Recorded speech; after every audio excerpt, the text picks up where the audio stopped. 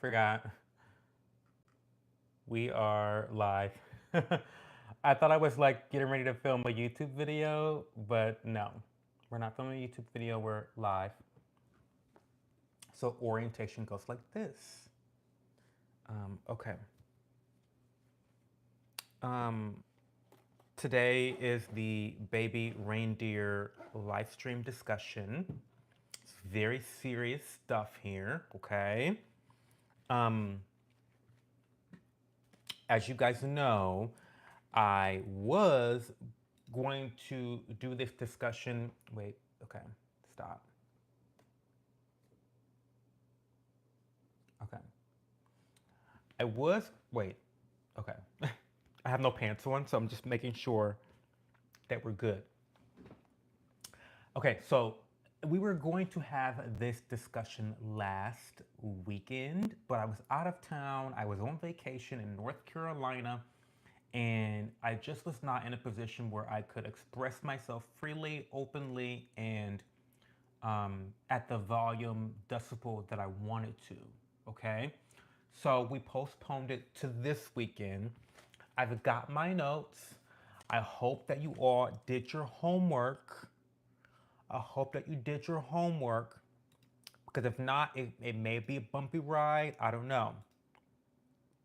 But we are going to we're going to get started. Hey editor, hey TKW70. Thank you. I appreciate that. Thank you for being such a supportive person here on YouTube and across social media. I appreciate you a lot. Let's get some lip balm on these crusty crusts before I even get started. That's important. TKW70, welcome back. We've missed you.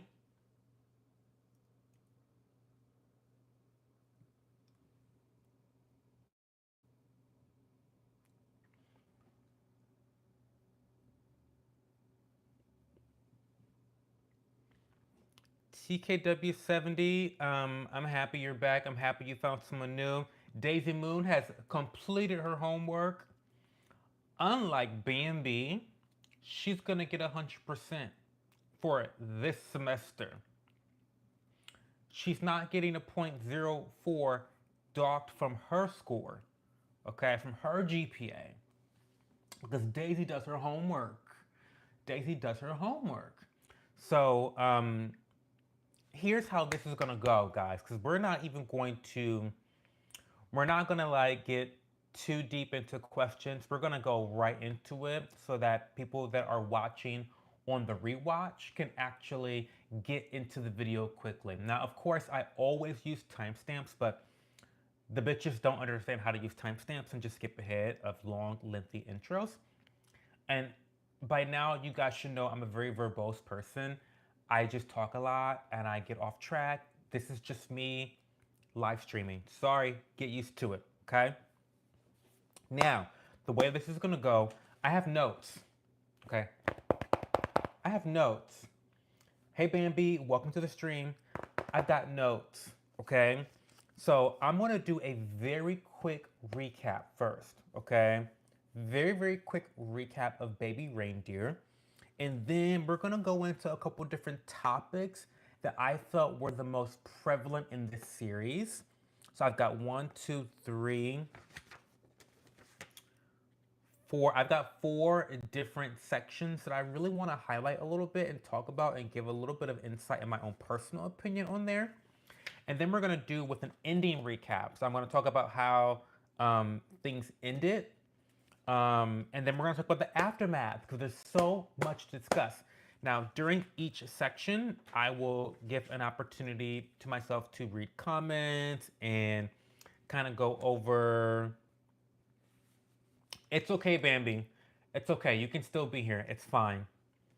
TKW70, you need to pay attention to the community posts because you would know what the streamer was about if you were following my community posts closely enough, but you don't.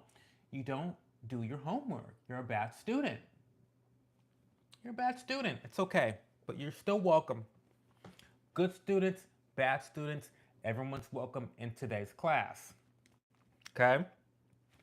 So, let's just get right into it. Hey, darling, we're jumping into it. So I just got done telling everyone else that we're gonna go through my notes. We're gonna go by sections. So I'm gonna do like a beginning recap. I'm gonna talk about some, and then I'll read comments, I'll chat, and then we're gonna go topic by topic. So first topic is Hollywood is predatory. We're gonna get into that. Second topic is sexuality. We're gonna get into that. Third topic, mental health. We're going to get into that. We're going to get into a lot of different topics. And then we're going to do like an ending recap. And then we're going to talk about the baby reindeer aftermath. Because that's where the juicy stuff is. The juicy shit is in the aftermath. Okay? We'll get there. So let's be patient. This is going to be a journey. Okay? This is going to be a journey. Okay, so what is the recap of Baby Reindeer? Baby Reindeer is a TV series on Netflix. Um, TV series on Netflix. It has totally captured the minds and attention of millions of people across the world. Okay, this is a major, major, major series. Even if you have not watched it, you probably know one person that has either watched it or heard of it. If you have not heard of it yourself, this has been like a cultural reset, okay? This baby reindeer stuff, okay? So, what is the recap of the show?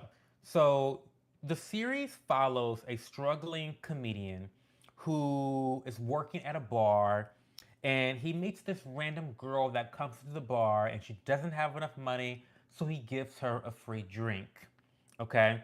So, eventually, this woman, after coming back to the bar every single day, ends up becoming obsessed with him.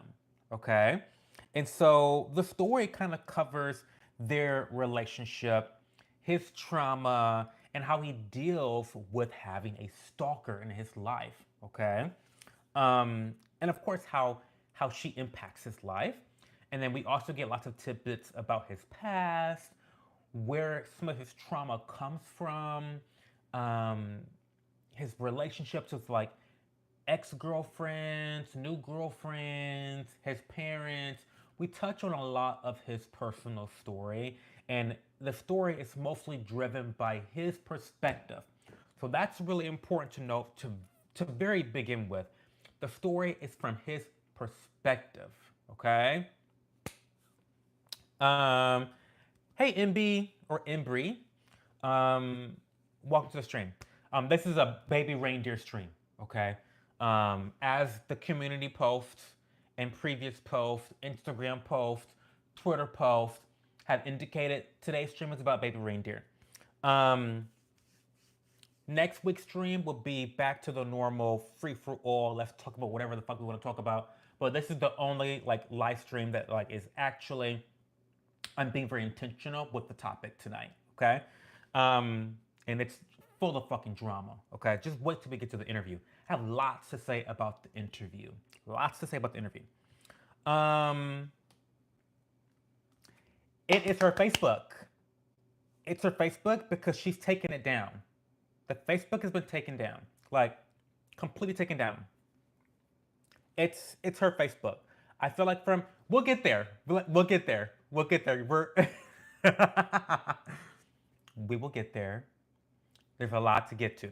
So the first topic is, and that was a very quick recap, guys. Very very quick recap because part of your homework was to actually watch the series yourself. Okay, so I'm not giving like a synopsis of every fucking episode, every fucking detail. You want to bring it up in the chat? Let's bring it up in the chat. But that is an early synopsis of the entire series. Okay. Now let's talk about um, how Hollywood is fucking predatory. We've always talked about this on and off.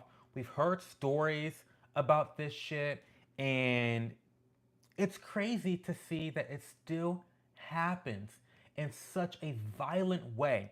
So Donnie, the main character, is groomed by a TV producer into doing drugs and having sex, and he eventually rapes the person.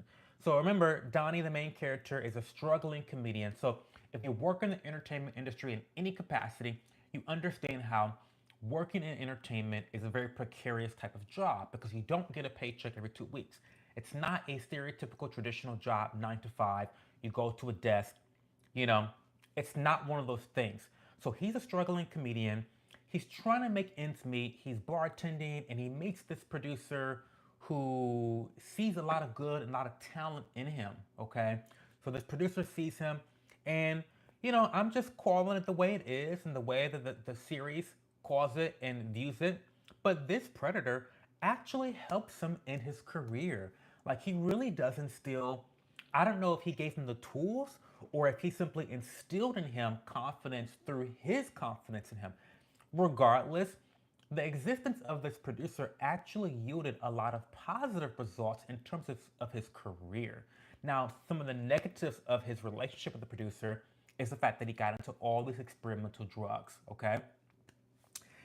He was taking different cocktails of drugs, LSD, shrooms, cocaine, all types of different types of drugs and just mixing them. And, he would wake up, out of his stupor of like drug induced stupor to having like his entire penis in this producer's mouth. Like, what the fuck? Like, crazy shit here, okay? Um, so he ends up raping him, and that's like super traumatic because he's never had a gay experience. This guy is not gay, okay? Well, we'll get to that topic about sexuality.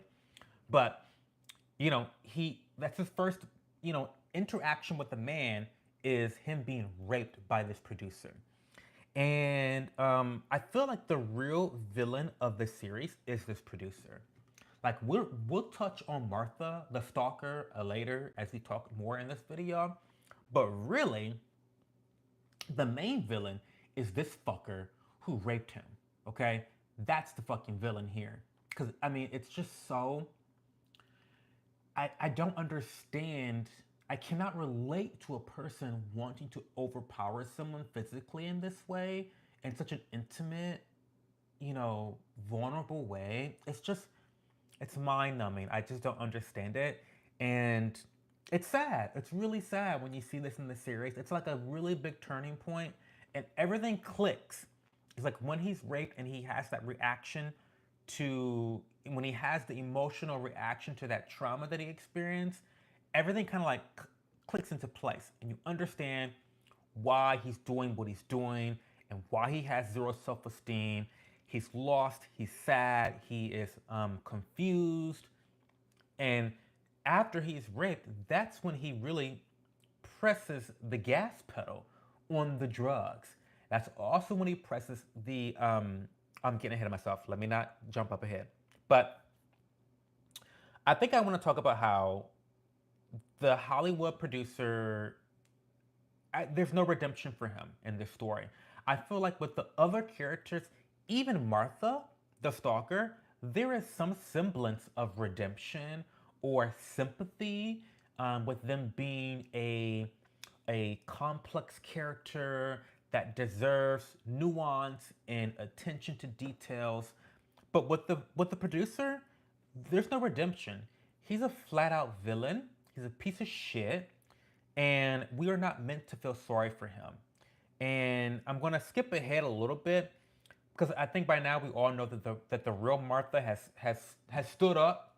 Okay, the real Martha has stood up, and she's been found out. She was found out immediately, and I just find it to be really unfortunate that out of all of the witch hunts to occur, it didn't occur with him. Like, there was a little bit of a witch hunt with him, and they got the wrong person.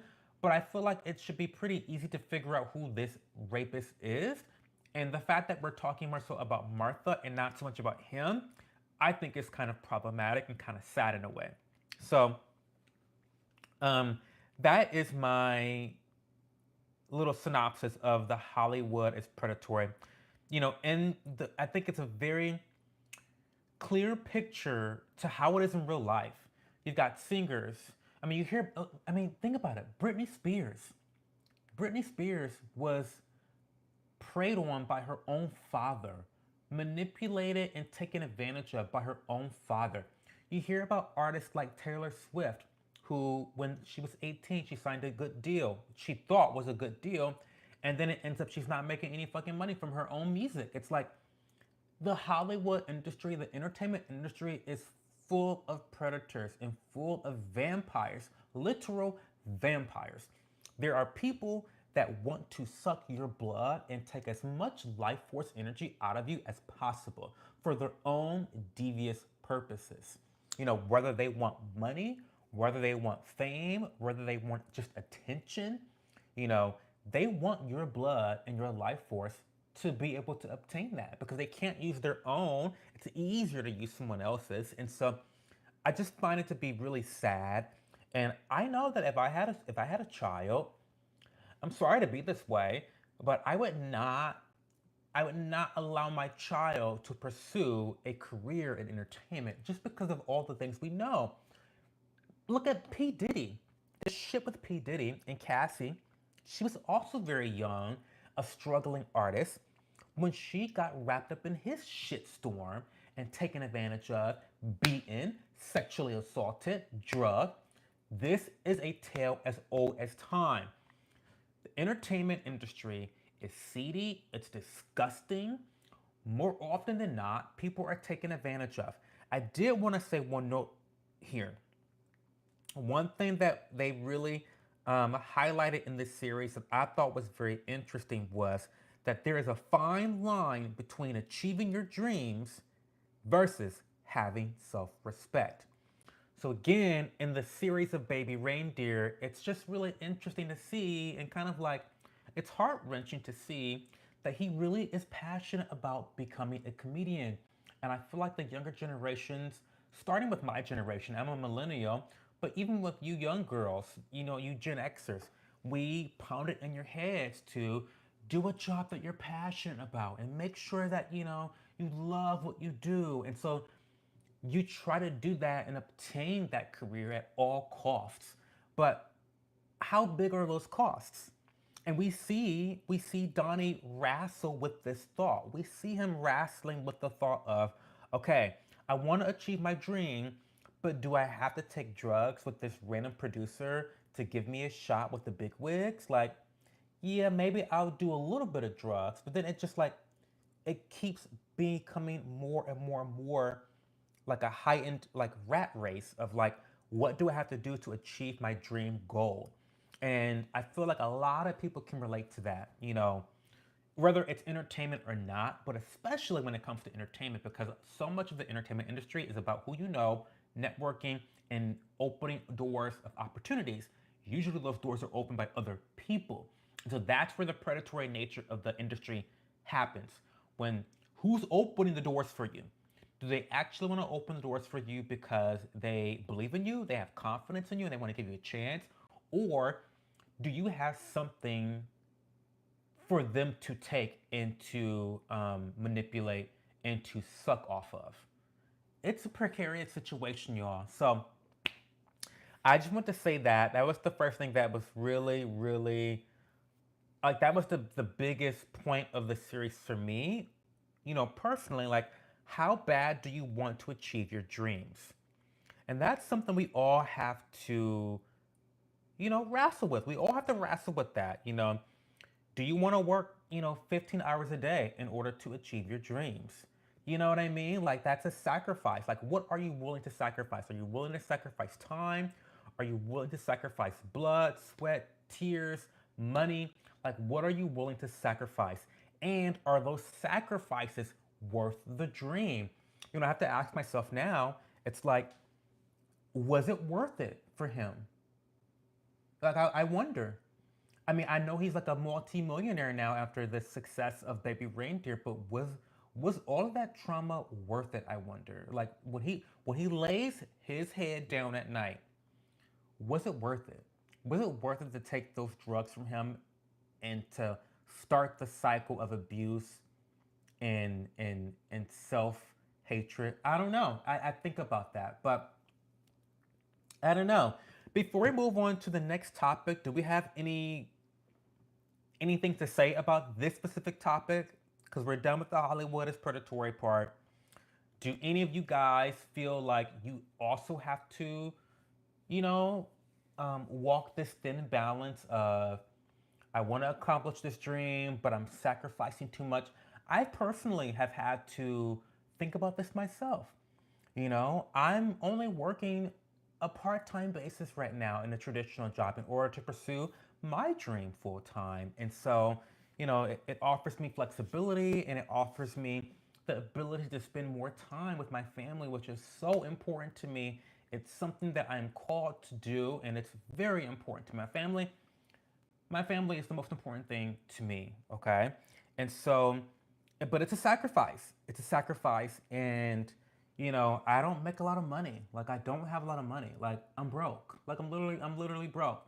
And so it's a sacrifice that I have made in order to somehow try to attempt to accomplish and achieve my dream. And so it's something that we all have to deal with on some level. But in the case of baby reindeer, it's unfortunate that Donnie sacrificed his literal body. Literally, he sacrificed his mind and body to achieve his dream. And it seems like his dream ended up being a nightmare. Okay? So I'm going to give y'all a couple seconds for any comments on this part of um, my dissertation.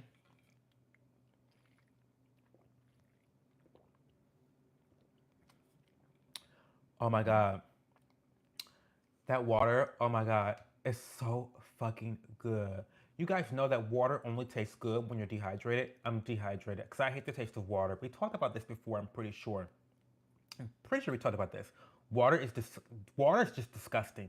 Water is so gross, but when you're dehydrated, oh, it hits so different when you're dehydrated.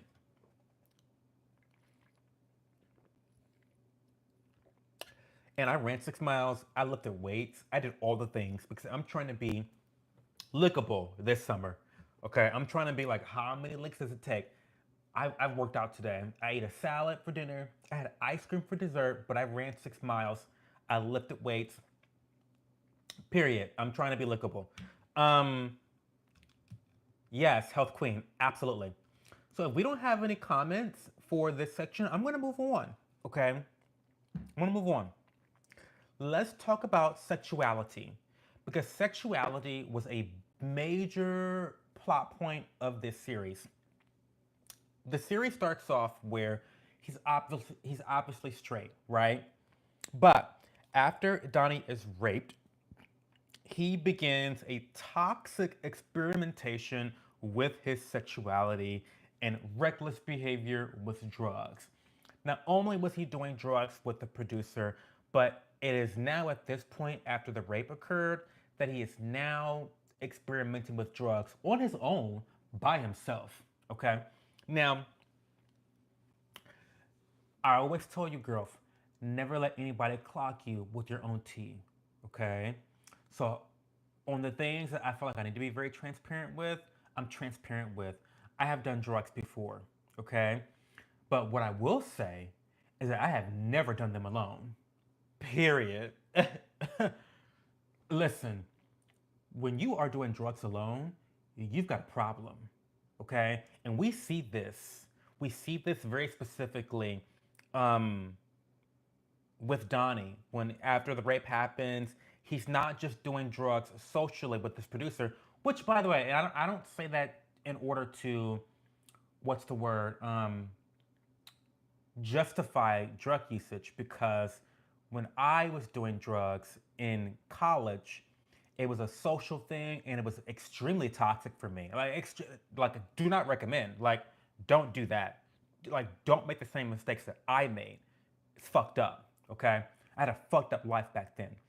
But I say that to say this: I never became addicted to them.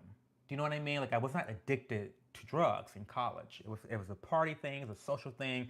It was all about escapism. And we see that he is using them for escapism, but he has become addicted to drugs. He's a drug addict, okay? He's a drug addict. And so we see that reckless behavior start. He is sleeping with anything with two legs. He is sleeping with men. He is sleeping with women. He is sleeping with trans men. He's sleeping with trans women. I mean, he is sleeping with anything with two legs. And so that is problematic because, you know, it really confuses him about his sexuality. And the most heartbreaking part of this comes in where he starts dating, I forget his girlfriend's name, but he dates the trans girl who, to me, is like the hero of the story, of the entire show. She's the hero. But he's dating this trans girl, and he has a lot of shame surrounding dating her. Like, he doesn't want her, he doesn't want anyone to clock her. And she's like, unclockable, by the way. Like, she looks beautiful. She's a beautiful woman. She looks like a woman. She presents, she's giving fish. She's very fishy. She's very woman. Okay. So I mean, she's unclockable, in my opinion. But of course, he has this shame surrounding his sexuality. So, like, is he, I know Martha, I know, tell Martha. Martha tried to clock her and say she looked like a man. Martha jumped out of the fucking window. She has no right to be talking about anyone looking like a man. Shut up, Martha. Um, we'll get to that part too, because I want to talk about that scene specifically in the ending recap. Yeah, but yeah, he has this shame around her potentially being clocked as a trans woman and not just a natural born woman. And it's really sad to see him have this shame and not really address it with her. He initially, lies to her about who he is and his occupation. And it's so funny to see him do this because it's exactly what Martha, his stalker, has been doing. Martha has been pretending to be this big time lawyer with big time friends, rich friends, and she has this whole identity about how to impress him. And he's done the same thing with his trans girlfriend on a dating profile, presenting as someone that he's not. So it's very ironic to me that he's worried about, people finding out who she really is when he's not who he says he really is. It's just really, I found myself in the show really hating the main character. Like, I really was just like, this guy is a piece of shit. He's so toxic. He's treating all these people in his life like complete trash, including himself. And I just felt so bad for this woman that he was dating. I felt like, oh my God, leave her the fuck alone. Like, stop wasting her fucking time. You know what I mean? Like, stop wasting her fucking time. Let her go and be great, right? So, what else do I want to say about this? So, another thing that we talk about, and this is going to be very controversial, but he has this idea that maybe his rape is what turned him gay, or he doesn't use the word gay, but there's this notion that it's possible that his sexual assault from that man, that producer, is what really caused him to question his sexuality. And it gets to be a very precarious. I don't know. Listen, I know. Listen, it's Pride Month. Happy Pride Month, I guess. Whatever. The gays are gonna be doing gay shit all month. I'm already exhausted. I know the LGBT alphabet community, ninjas. I know they're gonna be mad about this, but a lot of people have also said that this is something that could potentially have people question their sexuality, like sexual assault. Um, and I'm not, listen, I'm not telling people that it's a choice or that it's not a choice. I don't think being gay is a choice, okay? I don't think your sexuality is a choice. I think you like what you like, and that is what it is. But, I was watching this other YouTuber, and she's a therapist. I think I linked it in a community post like a couple weeks ago. Go back and watch it. Or I'll link it in this video once it's posted.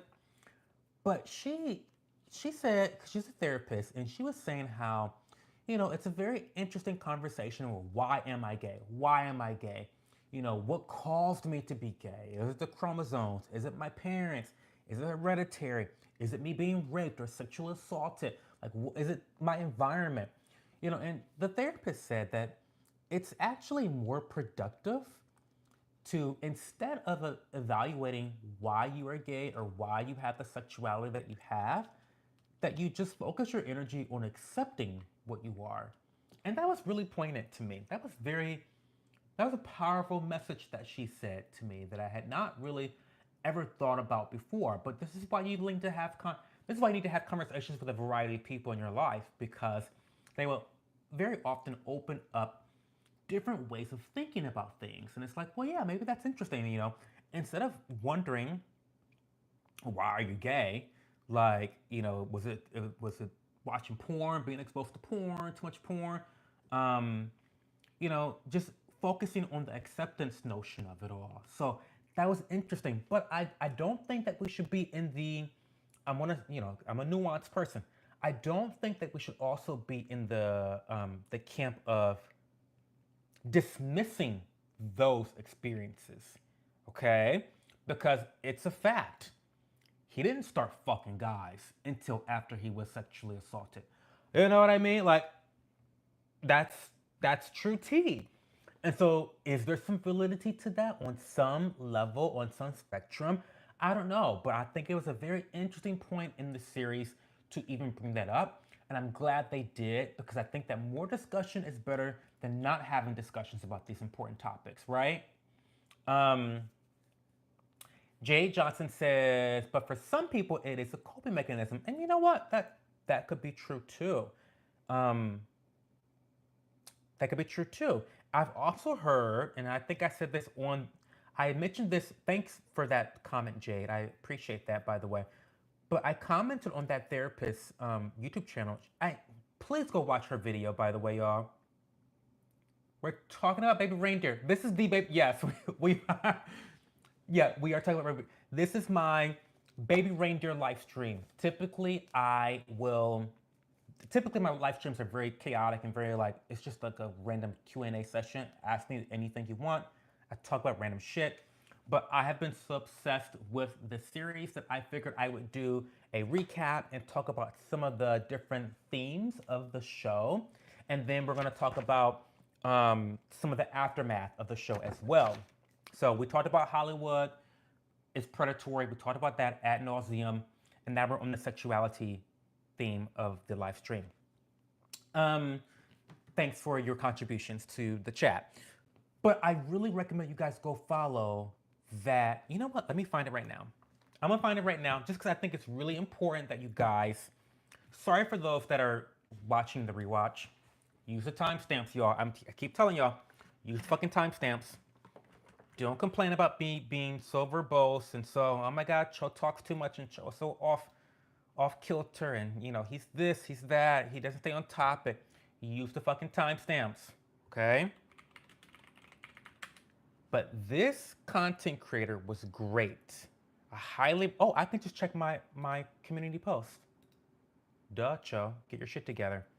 I'm gonna link her video in this stream, and I'll link it in the video description after it has been published. But go watch, that's the link right there. Go watch her breakdown of the show. I thought it was very interesting, and we had a little bit of a back and forth, and it was fantastic. Okay, anything else I want to say about sexuality? You say that it's so back to the coping mechanism. Yeah, I do get that. I think that in Baby Reindeer, it was definitely used as a coping mechanism. It's like, you know, maybe, because he has thoughts about, maybe I asked for it. Maybe this is what I always wanted. Like, he had those kind of like conflicting ideas in his head. And then I personally know some lesbians who they say, and these are their words, not mine, okay, that they discovered, I'll use that word. I don't mean, can I use the word became? I don't know. You bitches will cancel anyone for the slightest shit, whatever. So I'm gonna tell you what she said. She said that she became a lesbian after she was raped by a guy.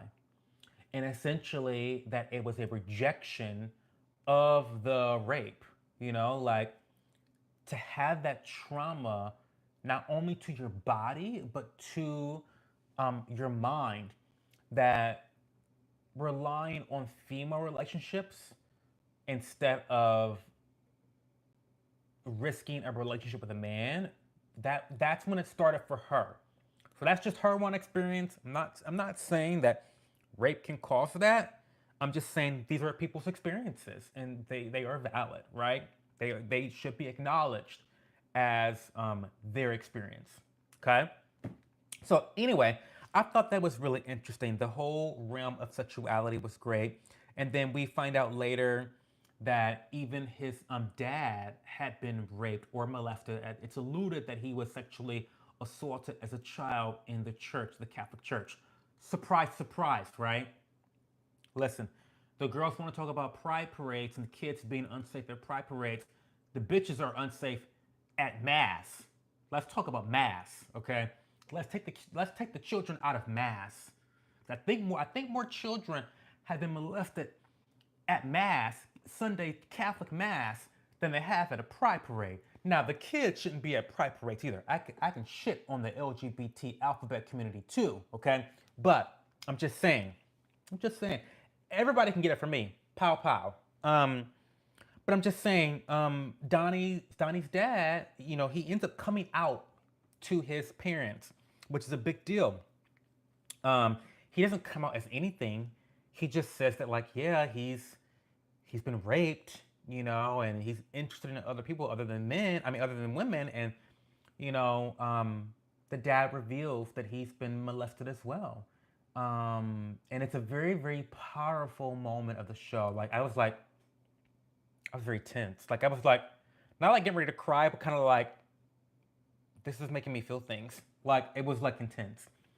Really, really great, powerful moment. Um, but I just thought that it was really interesting. I think that he ends up becoming more comfortable with dating a trans girl, and he kind of like deals with that, comes to terms with that. But I thought that the theme of sexuality was really interesting. Yeah, that 100%. That was one of the best scenes. One of the best scenes is him coming out to his parents and telling them about all the shit that has happened to him, all the trauma that he's experienced, and when the dad comes out, very powerful moment because up to that point, the dad's kind of more like comedic relief at this point. Like he's cussing Martha out on the phone because we're gonna get back to the stalkering. We haven't gotten to the stalkering yet because we're really touching on Donnie's part of the show. But yeah, the father is cussing because Martha is on a fucking tear. She's lost her fucking mind. She's calling the parents. She's stalking the parents. She's harassing the parents, and the father's having a good time. The father's reading the fuck out of her on the phone, and he's you mother calling her every name in the book but a child of God. Okay, very funny. And so for him to then come out of that kind of like comedic lens of a stereotypical father, you know, trying to defend short-tempered, you know, he's kind of like a 2D character at first in the show, and he becomes quickly, dramatically a 3D character, very complex, multi-layered. When he reveals that he's been molested as well and that it's okay, he understands. He understands Donnie, and he still loves him, still accepts him. Oh, powerful moment in the show. Very, yes, powerful moment in the show. And so I think that's all I have to say about sexuality. I feel like I've rambled on enough about this part. I definitely recommend, again, for those watching now, go watch the other video because she dives deeper into it and she's an expert, not me. So go listen to her opinion as well as mine. But also for those watching on the rewatch, watch her video. It's linked in the description box below. Okay, any comments on sexuality before we move on to mental health? Any comments on this part of my dissertation? Let me drink some water. Stay hydrated.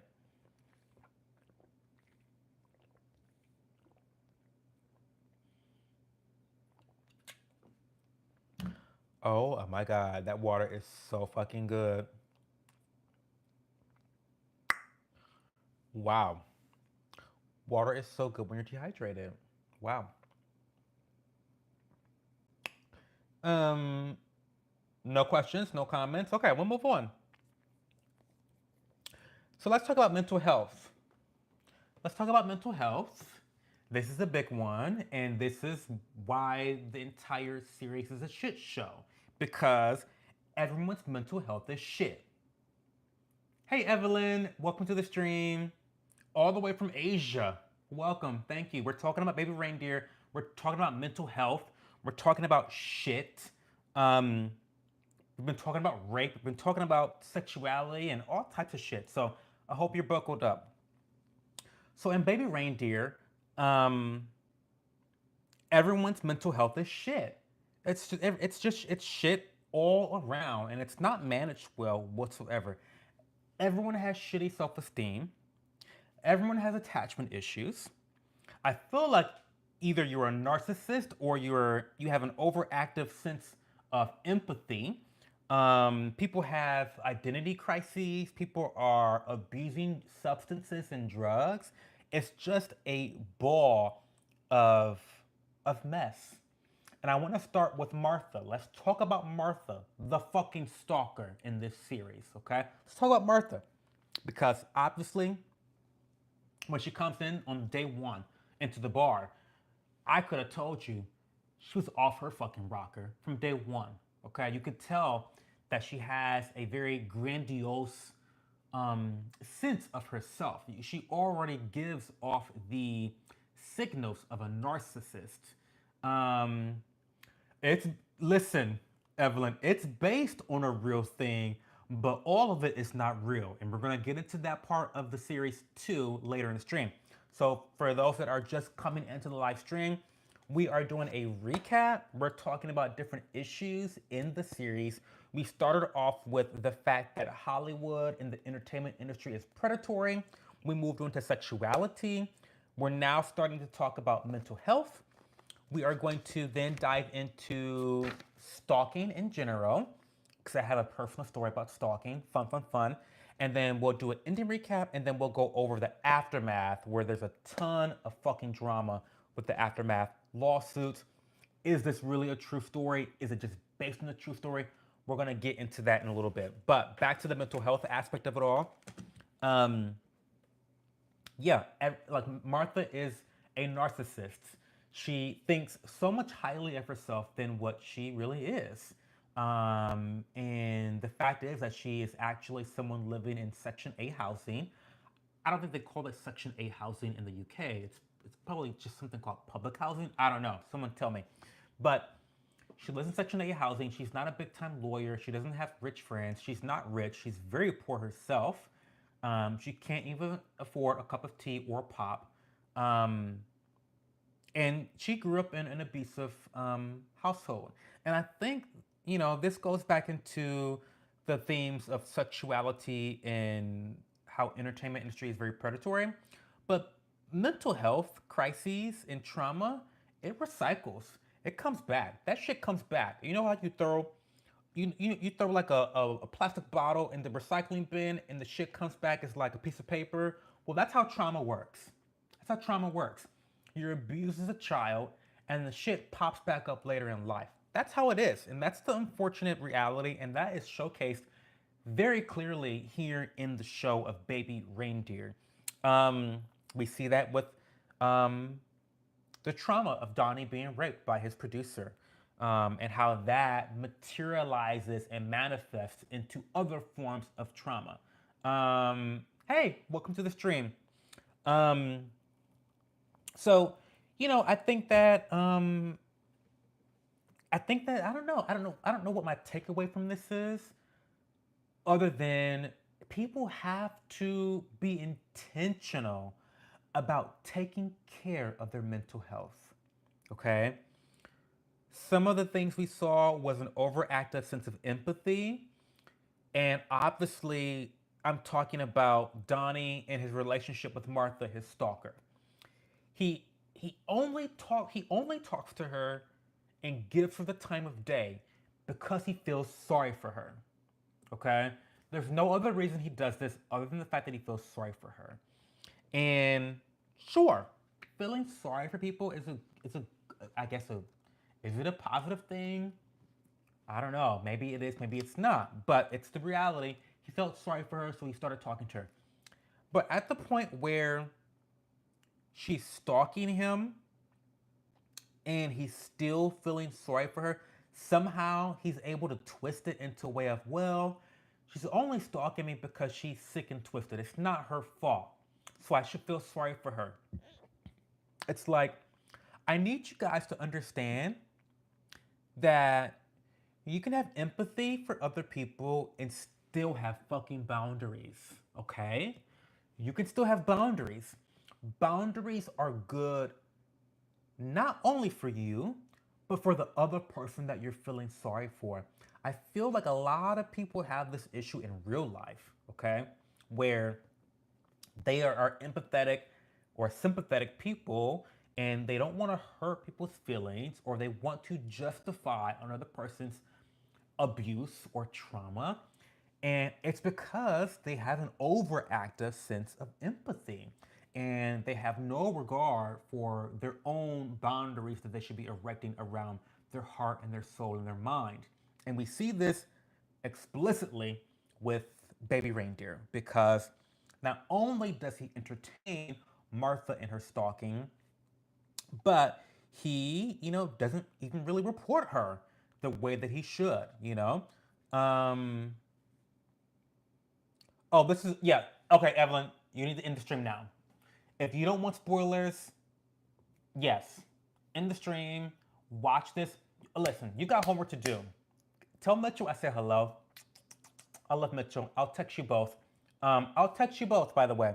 Um, Tell him I say hello. I miss him. Sorry I haven't texted him in a long time. I apologize.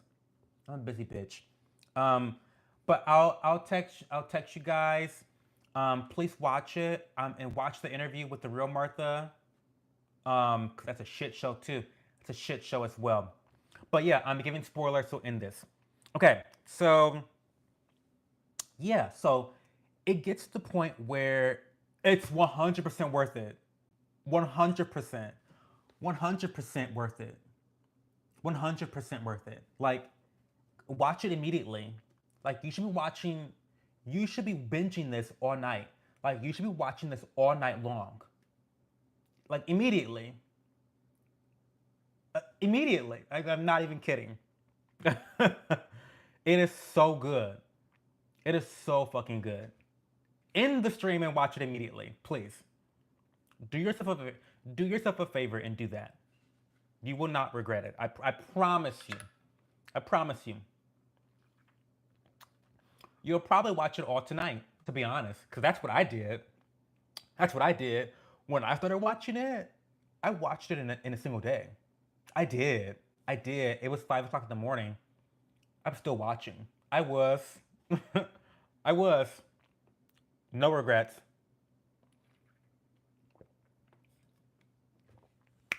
Yeah. Okay, I'm gonna continue. So anyway, mental health is a shit show. Okay. It's not being managed well, and I really just want to communicate to my audience specifically that boundaries are so important in life. Okay, and when you have boundaries in your life and people don't respect them, listen, boundaries are like this. Let's say you have a yard, a house, and a big yard, a fence, okay, and a gate to your yard. The fence is your boundaries. Those are your boundaries. The boundaries to your home, your sanctuary, your peace, your love, everything. Those are the boundaries. And when people cross your boundaries, it's literally like someone opening your gate, coming into your front yard, and just hanging out, unprovoked, without your permission. You didn't invite them over. They just started coming into your yard and they're hanging out. So when you tell that person to, excuse me, could you leave and go back to your yard? They may take umbrage with that. They may take umbrage with that and not really be okay with you telling them to leave your yard. What happened in Baby Reindeer is Martha came into Donnie's yard and he said, you ought to leave my yard. And she said, no, I don't think so. And he said, well, you're making me very uncomfortable. Could you please leave? And she said, I don't know about that. I think that's going to still be a no. I'll be right here. And he said, well, I guess I'll let her stay, but I'll continue to bitch about it and I'll be upset about it. That's what happened. That's what happened, okay? I need you guys to forcefully remove people from your front yard, okay? I need you guys to do that. It's very important for your mental health. I know that there's a lot of conflict adverse people out there that don't like conflict. They're not very assertive. It's easier for me to say because I'm a very assertive person. And when it comes to my flight or fight or freeze response, I'm a fight. I'm a fucking fighter. Okay? I clap back immediately. So I get that not everyone's built like that. Some people freeze, some people fly away, and some people fight. I get that. But I think that for the betterment of your mental health overall, you need to move more towards a place of assertiveness when it comes to protecting your boundaries. And in Baby Reindeer, no one has fucking boundaries. It's a fucking free for all. Okay? What else can I say? Because I've touched a little bit into the stalking part, and I kind of want to get deep into the stalking. But mental health, I don't know, guys. I think we need to be better at managing our mental health. And part of it, too, I get it's hard because, how do you know you have mental health issues? How do you know you're a narcissist? People are generally just out there living their lives, you know, and feeling as though things are natural, that this is normal. And I think that sometimes it's hard to self identify core issues. Do you know what I mean? It takes a very self aware person to notice these things. And unfortunately, I don't think a lot of people are very self aware. And so, how do you know that you know, you have very poor self-esteem, or that you need to like, how do you know that you have such poor self-esteem that you are that you are willingly engaging with a stalker because she makes you her attention makes you feel some modicum of confidence.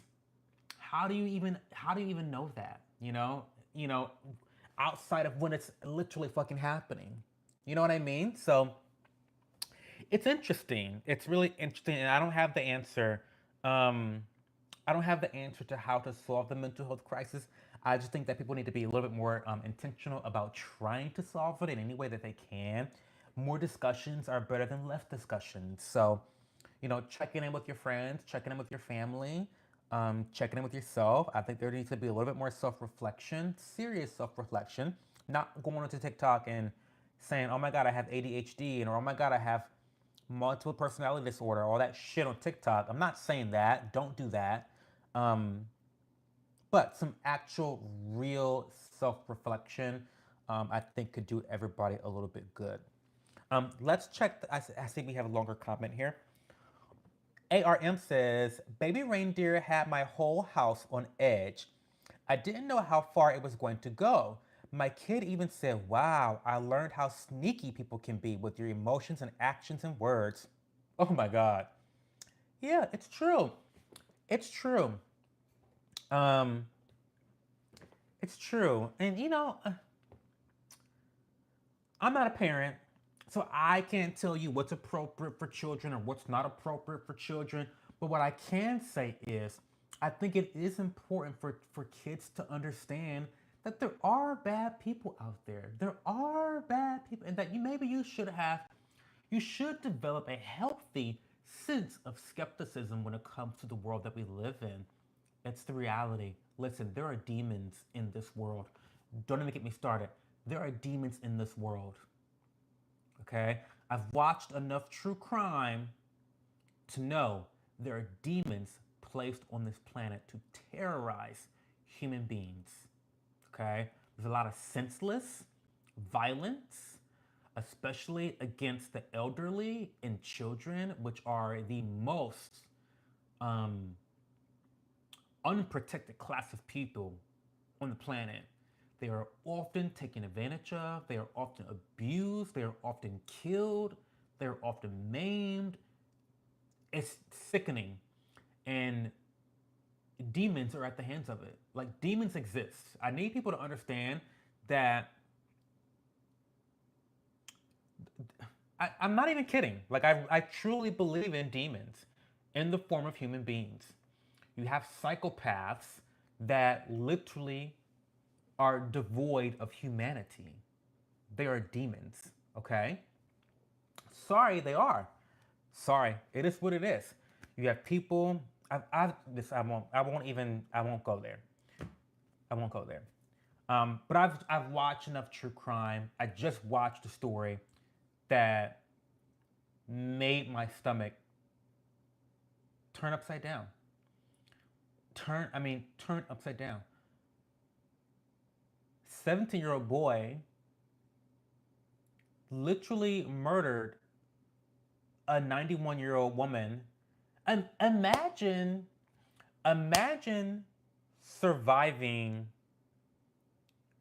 the Great Depression, World War II. Imagine surviving all the things that she has survived, only to be murdered by a 17-year-old, and then he raped her dead body. Anyway, like I said, there are fucking demons on this planet. And I think that children, they need to understand as soon as a parent thinks it's appropriate that there are people out there that don't have their best interest at heart. It's the truth.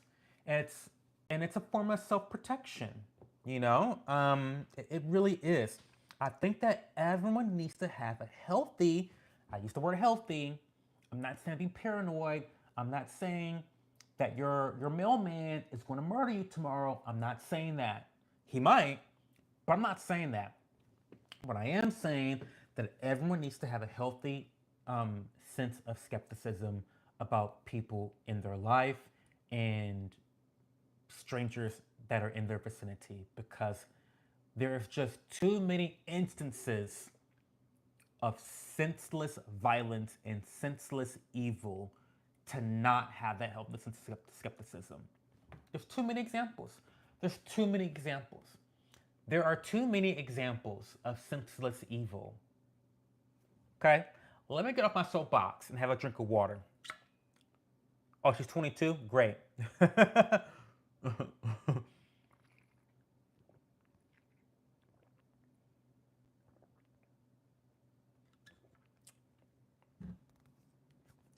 um, anyway,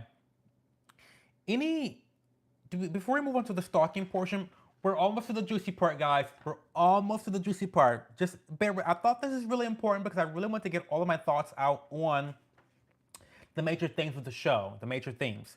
And so I hope I'm not boring you guys. If so, use the fucking timestamps.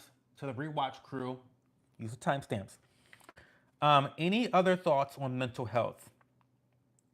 Any opinions? Any feedback? How do you fix poor self-esteem? Attachment issues? I thought it was crazy. The one of the craziest parts of the series is when the main character Donnie is feeling really bad about himself, and he needs, his life is falling apart.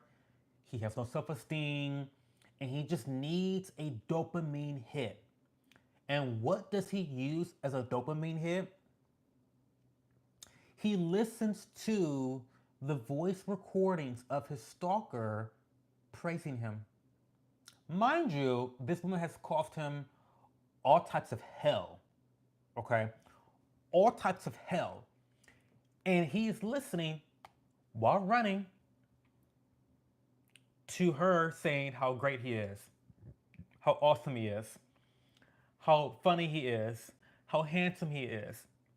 Like, he's listening to these things from his abusive stalker, which to me, it just hammered home how low his self-esteem was, how rock bottom he was, how much he craved attention, how much he craved affection,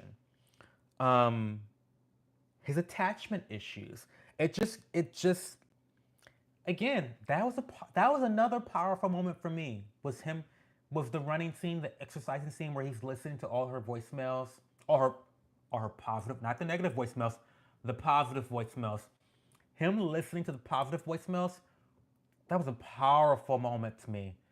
That was a psychotic moment in the series that I was like, oh, this is fucked up. But I get it. I got it. It's like, I got it. Like, I got it. Like, and even then, it's like he went back, even after he regained his confidence, some semblance of his confidence, he actually went back to his rapist. Didn't confront him, had a normal time like they normally do, and that was that. That was interesting too. That was really interesting too. I thought he was gonna go beat his ass. Honestly, I was gagged when he didn't do that because I thought for sure it was setting us up for a big conflict and he's gonna beat his rapist's ass or tell him I'm going to the police to sue you. Like I thought for sure that was gonna happen, and when it was just like very normal and very like mundane, that was terrifying. And the reason why that was terrifying is because that happens all the time. People often go back to their abusers and they sweep things under the rug. They don't address it. They don't. They don't. They don't have a resolution. It happens all the time, and that's that part. That part of the scene was actually terrifying. How mundane his interaction with his rapist was. That was terrifying to me. Because I know people that I know that happens. I know that's a real thing. Sometimes sometimes reality is scarier than fantasy. And that scene was one of the most terrifying scenes. A lot of terrifying scenes with her stalking him. But to me, him going back to his rapist, all that time later and pretending like nothing had happened and like, here we are, that's terrifying to me. Um, let's read a comment. ARM says, I've done that. I needed to hear the abuse over and over to show myself I did what was right and that was leaving. It kept me going, then bam, one day I deleted it all and changed my number. Thank God for that. Thank the Lord for that. Good for you. Okay, takes courage, perseverance, and good for you, Arm. Okay, moving on to stalking. Let's talk about the stalking. Okay, this is the linchpin of the entire series because again, we're talking about a guy that entertained a stalker for a long time. I'm not blaming him, or I'm not saying he brought it on to himself because he did not do that. I'm not victim blaming, but because his mental health was so in disrepair, he managed, he mishandled his situation terribly. Um, if you've ever had a stalker, you know how much of a harrowing experience it is. Did I talk about this last week? I forget if I talked about this on stream or if I talked about it in the DMs with someone. I get confused on where I'm talking. I'm on the internet all over the place, on Twitter, on Instagram, on Threads, on Patreon, in the DMs, on YouTube.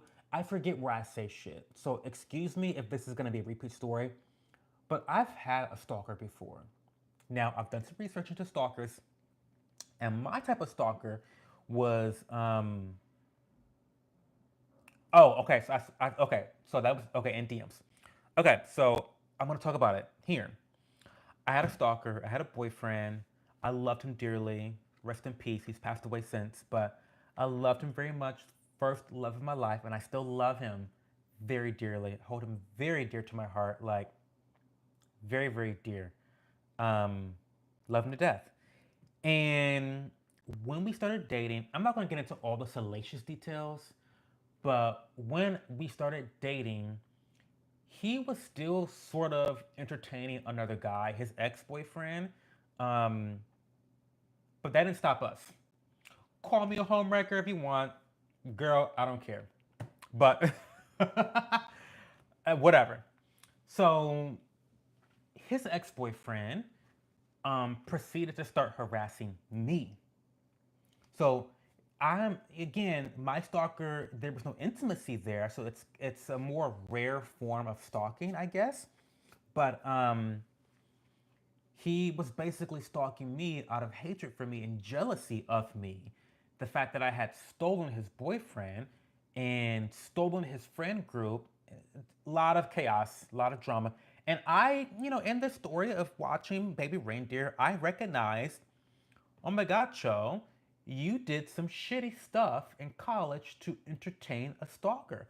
You also mishandled this stalking situation. I didn't mishandle it the way that Donnie did. Fuck, because I went to the police.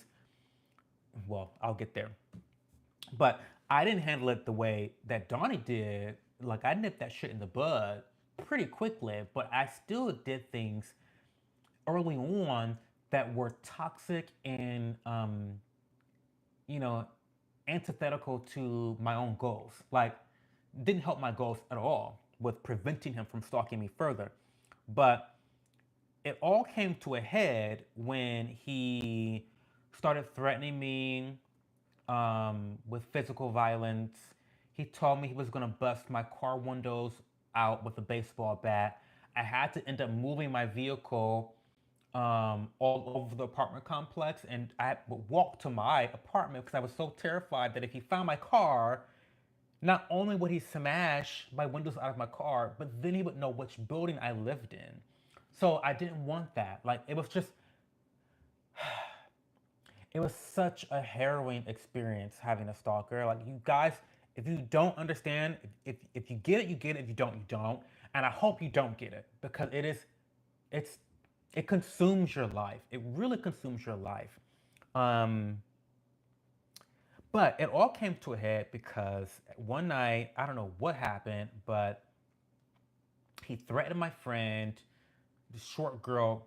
He got in her face, called her a fat Jewish whore, threatened to fight her physically. This other guy named Eric, piece of shit that he is, also got in her face, towering over my friend, attacking her because they hated me. And this is how stalkers do. This is how stalkers do. When they can't get to you, they attack everybody else. That's what they do. Um, this is why I don't show my family on social media. If you see me on Father's Day or my parents' birthday or any of those things, I blur their faces. I rarely tag personal friends in any of my content. Like it's just something that I've learned to do now to protect myself from ever encountering that again. Because I would never want someone that I love to be hurt by some beef I have with someone on the internet or some fucking stalker. Been there, done that, okay? Anyway, that same night after he attacked my friend Natalie, bless her heart, she was in tears, like in total tears. She came to me crying, like hyperventilating. Oh my God, it's just, even talking about it now, it's just so crazy to me that that even happened. But that same night, I almost said the guy's name. Oh my God. Oh, thank God I didn't say his name. Oh, that night, the guy that stalked me um, was looking for my apartment to come confront me, like look, searching for me. And I leave at that time. I left my doors open. Sorry, let's turn it to like a story time. I'm so sorry. Like I'll put it, I'll put it in timestamps. But this is related. We're talking about stalking. Um, it'll be in the timestamps. But he was looking for my apartment, and at that time in my life, um, I left my doors unlocked because I'm a dumb bitch. Okay, I was a dumb bitch. I was doing drugs. I was drinking alcohol. I was partying all the time. I had no fucking common sense. The Cho back then during college is not the Cho that y'all know now. Not at all. I was a dumb fucking bitch. Okay, left my doors open, and my stalker is searching for me. 3 o'clock, 4 o'clock in the morning, and he's knocking on doors. He's knocking on doors. Does Cho live here? I need to talk to Cho. I'm looking for Cho. I gotta find Cho. I need to find him like immediately. It's an emergency. He ends up knocking on the door. Oh my God, my heart just dropped. He ends up knocking on the door next to my apartment. And thank God for my neighbors. Thank God for my neighbors because my neighbors had already experienced a lot of shit with him, and they were like my spies. A couple weeks prior to that, they had overheard him at the pool, at the community pool, ranting and raving about how Cho stole my boyfriend and how could he, why did he, how could he, why would he, all this shit, looking like the lobster that he looked like, overblown lobster, sunburnt, pale, pasty motherfucker that he was, um, screaming, having a temper tantrum. And my neighbors are texting me like, "Cho, who is this guy talking about you? He hates your guts. You stole his man." Da da da da. So anyway, he knocks on their door, and they tell him, "Oh yeah, we know Cho. He lives in building 9 on the other side." Lying through their teeth. Thank the fucking God. So he probably went to building 9 to knock on their door searching for me. Angels. Angels, because he could have just opened my door, walked in, or I could have just opened the door and he could have just beat my head in with a bat. Like, like that shit happens. That shit happens. Like I could have just opened my door at 3 o'clock in the morning to a bat to my face immediately. Done. Because he was completely unhinged. I'm not even telling you guys all the shit that he did, but completely unhinged. So thank God for my neighbors. He does not use AOS. He does not use Alex's skin. He doesn't. Skincare was busted as a motherfucker. It was. Sorry. It was. No wonder his boyfriend chose me. Sorry. Anyway, what am I saying? Okay, I'm saying this to say this. If you've had a stalker, it is a harrowing experience. It is traumatic, it is scary, it consumes your life, it really does something to you.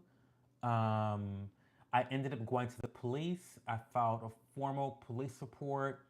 They collected all the evidence, all the text messages, all the DMs, all the voicemails. They collected all that shit, and it was handled. I never got another problem. I didn't get the restraining order, but luckily things did not escalate.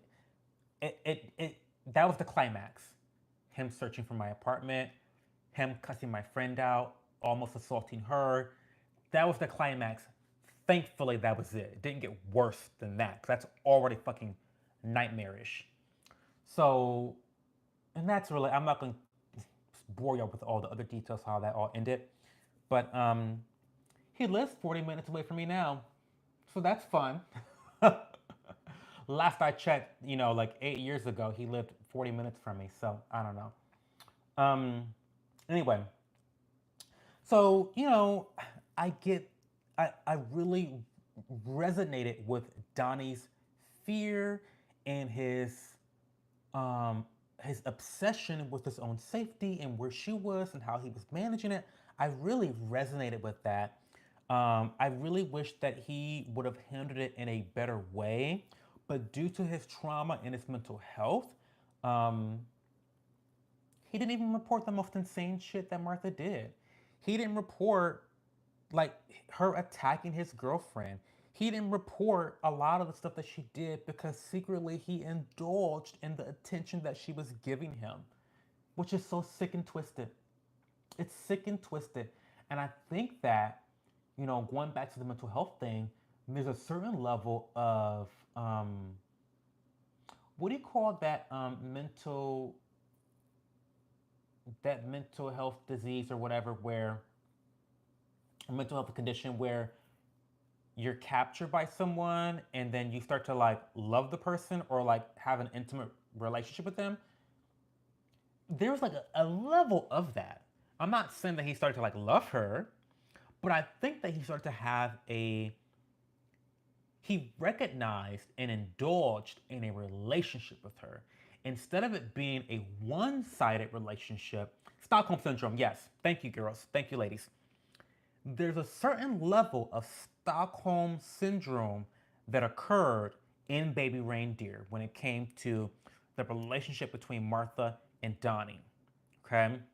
It truly was. It wasn't full blown Stockholm, but there's a certain point where Donnie's mental instability led him to a point in his life where he indulged her and he actually felt like he needed her in his life. So it's it's fucking crazy. It's fucking crazy. And I think that sometimes people in abusive relationships, it's true. It happens. That shit happens. I know. Well, I mean, say not. Let me not spill her tea. Um, um, I'll just say this. I know that there's a lot of people that are in abusive relationships who haven't left, and it's usually because their self esteem is shit. It's usually because they have not built up enough courage, and they have not recognized that they have to sacrifice a lot of pain. They have to give up a lot of pain to finally leave their abuser, or in this case, their stalker.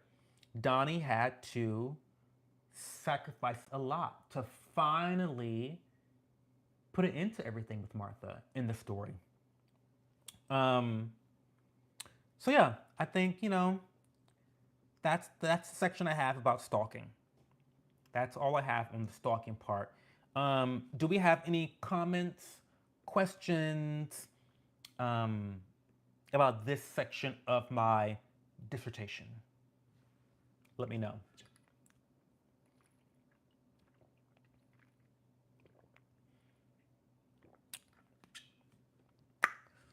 Mm, water's still good. I'm still dehydrated, unfortunately. Mm. And yeah, my experience with my stalker was I'm grateful that it wasn't an intimate type of relationship. Like, we started off as just acquaintances and friends, party friends. And I couldn't imagine being in an intimate relate. Well, listen, fuck. I did have the guy online, and let me. I hope I don't jinx it. I hope I don't jinx myself. But I did have a guy who was sexually harassing me online for a long time via Instagram. He wanted underwear pics, and it's just crazy how people get obsessive. It is so fucking crazy to me how people get like really obsessive. Um, because I had a guy who I posted a picture of myself in a Speedo, because that's what I do. I go to Miami every year and I'm in a fucking Speedo. Okay. So I did that, and this guy proceeded to slide in my DMs, and I felt bad for him. He looked really unattractive, but he was nice. He was nice. So I talked to him, of course. I talk to anyone. Like, I don't care if you're attractive or not. But, he said some inappropriate things to me. And I was like, that's a little inappropriate. Let's not talk about that. Let's not do that. Um, and he just never got the hint. He continued and continued and continued to the point where I had to block him. So then I blocked him, and then he created another account to talk to me. I'm thinking, oh my God, this guy's lost his fucking mind. Now I gotta cuss him out. Like, now I got, because first, you know me, I'm always nice first. I'm always nice first, guys. I may be a little assertive and kind of an asshole sometimes, but I'm always nice first, people. Always, okay? But then once you're mean to me, I'm a bitch to you. I'm a fucking asshole to you. That's how I work. That's how I cooperate. I'll always let you get the first hit. I'll always let you hit me first. But like, why are you creating fucking multiple accounts to harass me? Fucking crazy. I ended up telling my boyfriend about it and gave him his details. Ended up Googling him, found out where the bitch lives in Pennsylvania. Like, don't fuck with me. Um, he's a very sad individual, very sick individual, from what I had gathered from my internet sleuthing. Um, but he has not harassed me in a long time. I hope I'm not jinxing it. I hope he's not watching this. If you're watching this, stay the fuck away from me. Because I know where you live. I know your address. Don't fuck with me. Um, but people really are sick. People really, like, stalkers really are sick. Stalkers are really, really sick individuals. They truly, truly are. Um, oh, can you not hear me? Sorry. I can move this if that's, is that better now? Okay, you say, do you think the lady is the real stalker from the interview? Yes. Yes, she is, allegedly. The actress nailed it. That, listen, if the actress, is that better? Okay. Sorry about that, babe.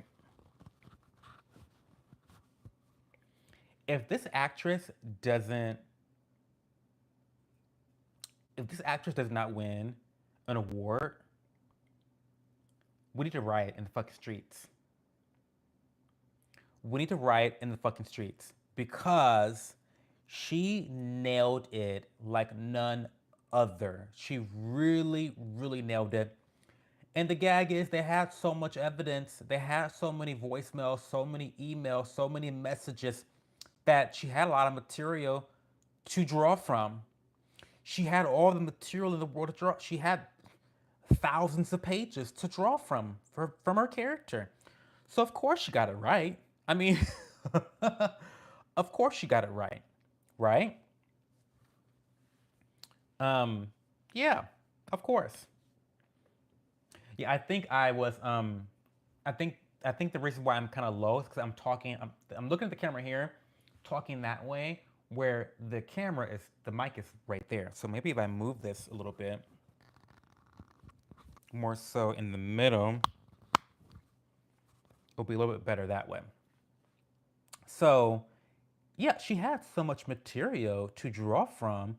Of course, she nailed the character correctly. Of course, she did, right? Um, she needs all the awards. I don't even know what award. I don't watch award shows, but she needs a Grammy. She needs a Oscar. Give her all the fucking awards. Give her all the awards. She needs all the Oscars, all the Grammys, Prescott's, whatever those are. Give her all the fucking awards. All of them. Emmys. Give her the Emmys. All the awards for her performance as Martha.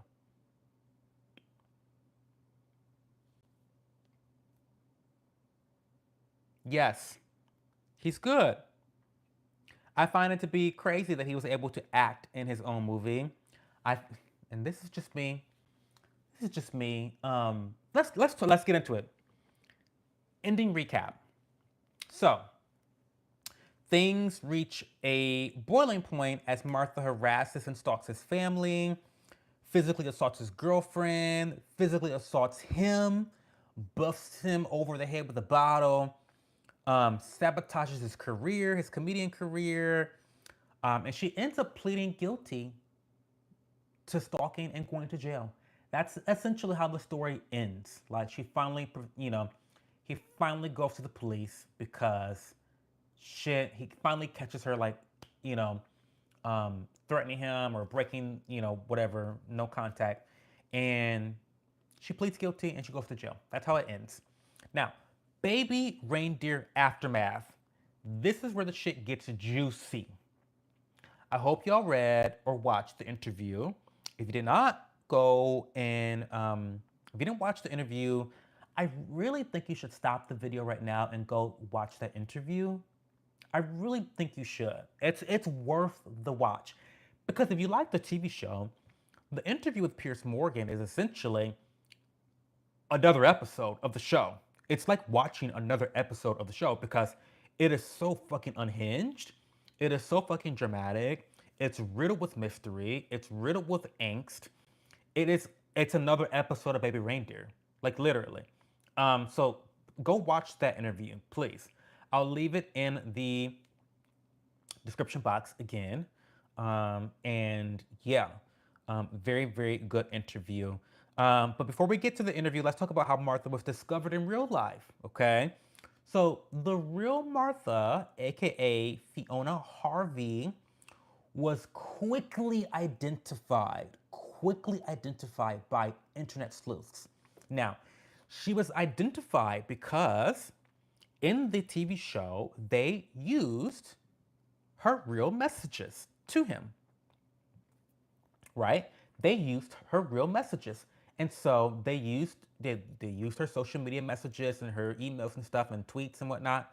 And so, of course, internet sleuths, they're gonna search for the fucking tweet that you used in the TV show, right? Because that's what, duh, right? And so I think they identified her like the day that it was released. They identified the real Martha. Like they found her Twitter and was like, oh, that's her. So she was identified. Apparently, she was harassed. Apparently, she was, pardon me, there was like speculation that it was her and all this stuff. And then she made it, I don't know how I feel about this. I don't know how I feel about this. Did she make it worse? Or was she really so this is complicated, y'all. This is where a lot of nuance comes into play, okay? So be patient with me because I may be contradicting myself here throughout this portion of the live stream. But she decided to go on to Piers Morgan to set the record straight, okay? This is after she had already been discovered on the internet. Now, some will say that, well, Martha exposed herself, okay? And I understand what they're saying because I didn't know that, when Baby Reindeer came out, I didn't know that she was exposed. I wasn't deep in those Twitter spaces. I wasn't deep in those messages. I didn't know that she was exposed. I didn't know she was exposed until she came on Piers Morgan. Right? Like, I didn't know. And so, from a literal standpoint, yes, she was exposed by the viewers. And whose fault is that? Netflix. 100% their fault. However, I think that her exposure was then mainstreamed by her own volition, her own participation in the interview with Piers Morgan. What do I mean by that? I'm gonna give a random number. After the show debuted, one person found out who she was, and that was it. They told 5 people. Okay, let's say that. When she decided to do the interview with Piers Morgan, now 1 million people knew who she was. So that's the difference. And I don't know where everyone else falls on that scale of blame. Is it mostly Netflix's fault for her being exposed? Or is it mostly her fault for exposing herself? I don't know where people fall on that scale. Personally, I fall on the scale of it's mostly Netflix's fault because they do have a responsibility to ensure that the real life characters are not exposed. And for people to find out who she was the day of the debut of the TV series, I think that is literally indicative of how irresponsible Netflix was with caring for the real people behind the characters of the TV show. In my opinion, it's just my opinion. Um,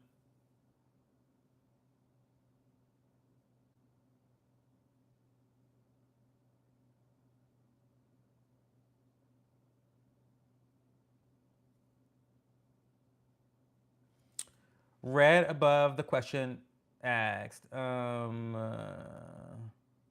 What question?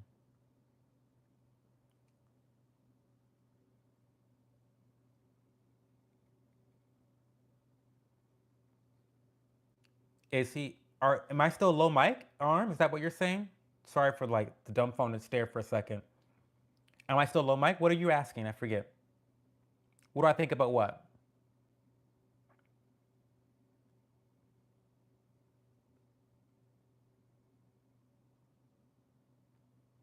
So, while you respond, I'll keep talking. Um, Now I lost my train of thought. Um,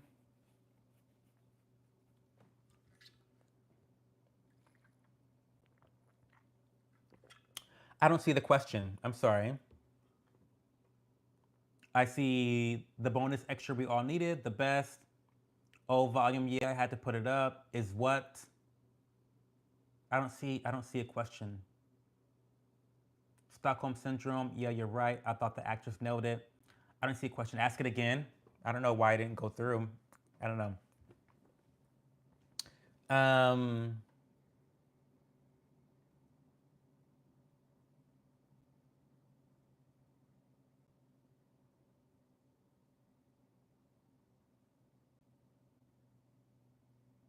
yeah, I don't know. I don't know her question. Sorry. Um, he obviously doesn't use AOS. Alex's skin. That question? Yeah, that, about my stalker. No, he doesn't use Alex's skin. That's why he was like red, pasty, had bad skin. Of course. No, he doesn't use AOS. Yeah, sorry. I'm not finding it. Just find it for me because I don't know. um so now I'm really off tracks. Now I want to know what's the question I missed. Oh, we're talking about whose fault it was that she was exposed. I think it's Netflix's fault that she was exposed. I really, really do think it's their fault that she was exposed because they really should have taken her tweets and some of those social media posts and tweaked them. They really should have gone above and beyond to not use the explicitly real messages. And this goes into the crux of,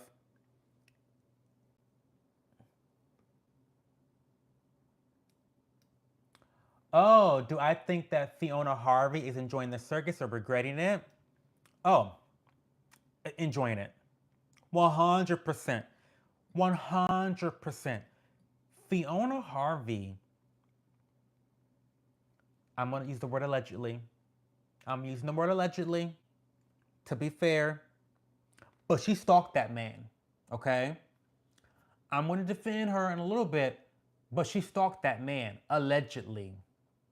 She definitely stalked that man, allegedly. My conspiracy theory, my allegation, my opinion is that she stalked him, ferociously stalked him, and caused a lot of harm, drama, and violence in his life. Yes, I do believe that. I believe it. Um, and I think that the brain chemistry that you have to do that, it means that you're an obsessive person. It means you have an obsession with a person. And so for this to be for this to be a TV show where she's the star, she's loving it. She's loving every single second of the spotlight because you know why? I'm gonna tell you why. It brings her back to him. It brings her back to him. She now still has that attachment. And maybe the attachment, you know, grew weak over the last several years. I don't know. But now the light's burning again. The candle is burning again. The flames are burning again. And when it comes to a stalker, it doesn't matter. I think people misunderstand that the stalker, it doesn't. Stalker does not care what type of attention they receive from the stalkee. They just want their attention. So good, bad, or indifferent, whether she's beefing with him or not, she loves the fact that she has now had this connection again that she can obsess over and tweet and Facebook and do a lawsuit. Like she's loving the circus. Sorry, she's loving the circus. 100%. 100%. Hey, Andrew. Welcome to the stream. Today's stream is a very special baby reindeer themed stream. I don't typically do scripted videos for these live streams or with like agendas or anything like that, but today's a special edition. We're talking all about baby reindeer, my thoughts on the different themes of the TV series, and also we're going to discuss some of the aftermath drama that has spilled out since its release. So welcome to the stream. Um, do you think she's gonna go after everyone tweeting her now? No, she's not. She doesn't have enough money to do so.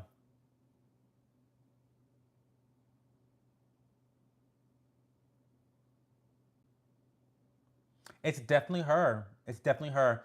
She and it's definitely her. And she stalked that man. She stalked that man. She definitely stalked that man. I don't think she has a case against. Um, I don't think she has a case against people online or viewers of the show, and we're gonna we're gonna talk about why that is. Let's talk about the main issue in the aftermath of Baby Reindeer. Is Baby Reindeer a true story? Is Baby Reindeer a true story?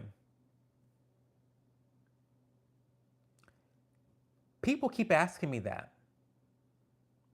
Isn't it a true story, Cho? I still get that when I talk about this and in the DMs. Isn't that a true story? Why do they say that, I wonder? Well, the reason why is because at the beginning of every episode, Netflix reminds you that this is a true story. This is a true story. Um, this is a true story, they say, repeatedly. Is it? It's not. It's actually not a true story. Now, it is based on a true story, 100%. 100% based on a true story, where a lot of it is true. But I think that so far, the climax of the story or the resolution of the story is when Martha proceeds to plead guilty for multiple counts of stalking. And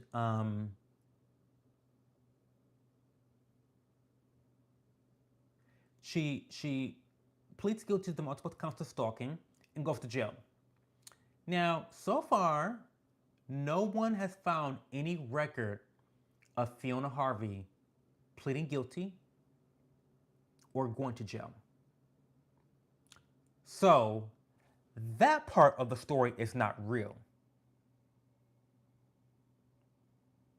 Flat out. That's not an allegation.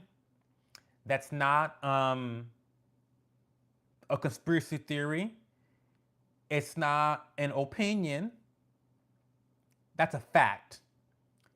As of today, June 2nd, 1:09 a.m., Fiona Harvey has not been convicted of stalking and she has not been to jail.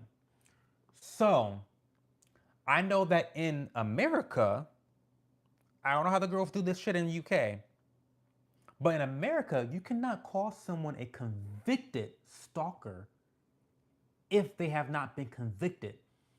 You know what we call that in America? We call that defamation. We call that defamation.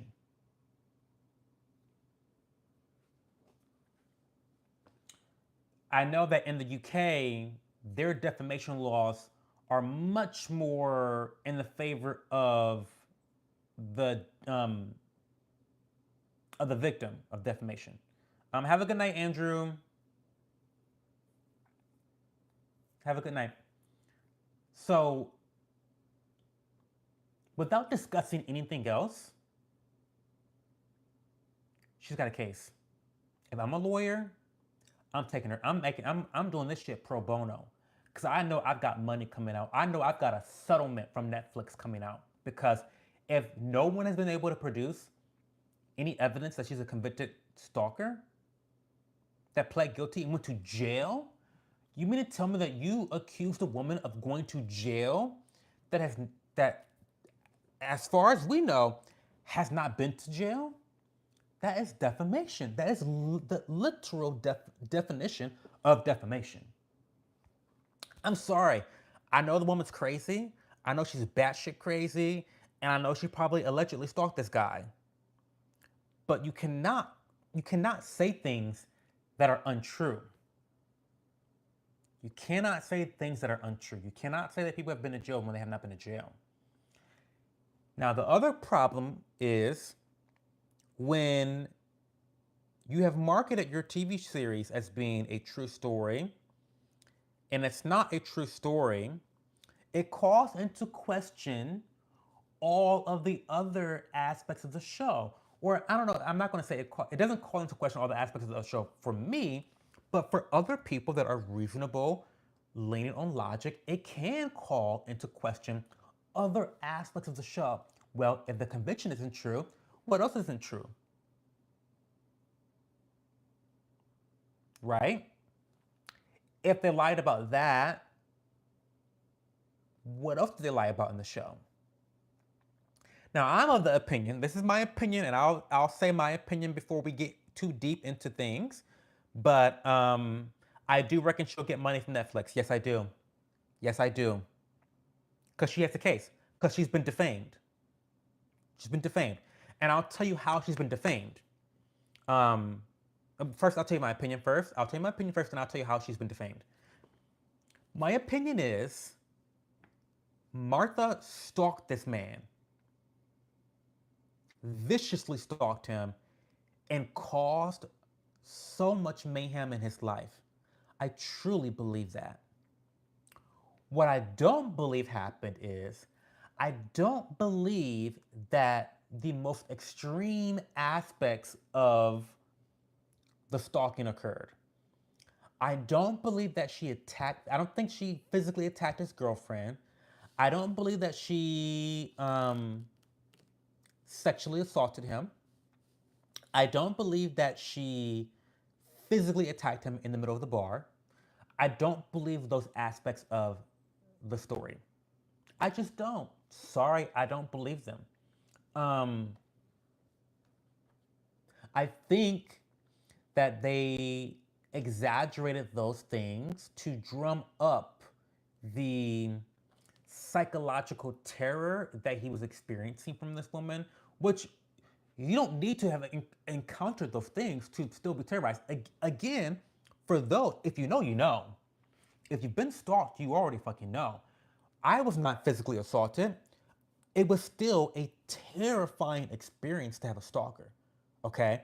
So just because he wasn't attacked, allegedly, in my opinion, just because she didn't sexually assault him, just because she didn't assault his girlfriend, does not mean that she did not traumatize this man.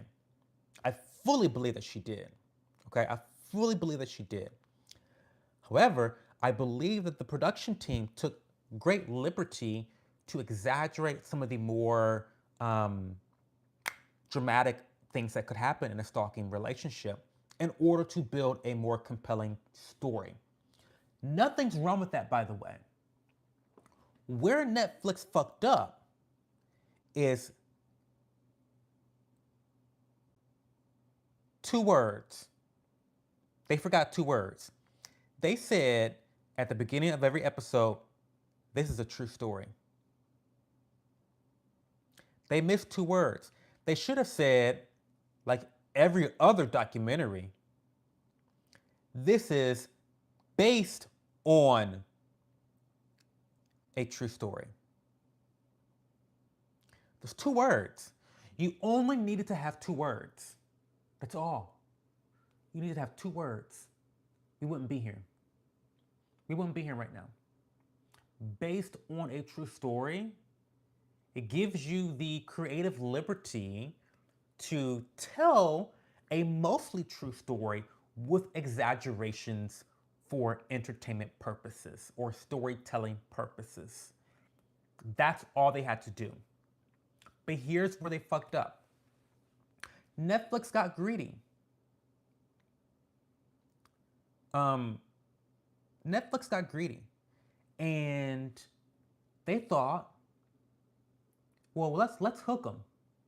Let's hook them because this story is mostly true. Because the story is mostly true, let's hook them and tell them this is a true story. Let's market this as a true story. Okay, that's what they said because they couldn't just do a hit piece, a hit TV series on the strength of it being a good fucking show, which it is. I don't think, honestly, I don't think that they would have lost they would have not lost one viewer had they said at the very beginning, based on a true story. Based on a true story. They would not have lost one viewer because the show is fucking amazing. Okay? It is. Also not an opinion. It's a great fucking story.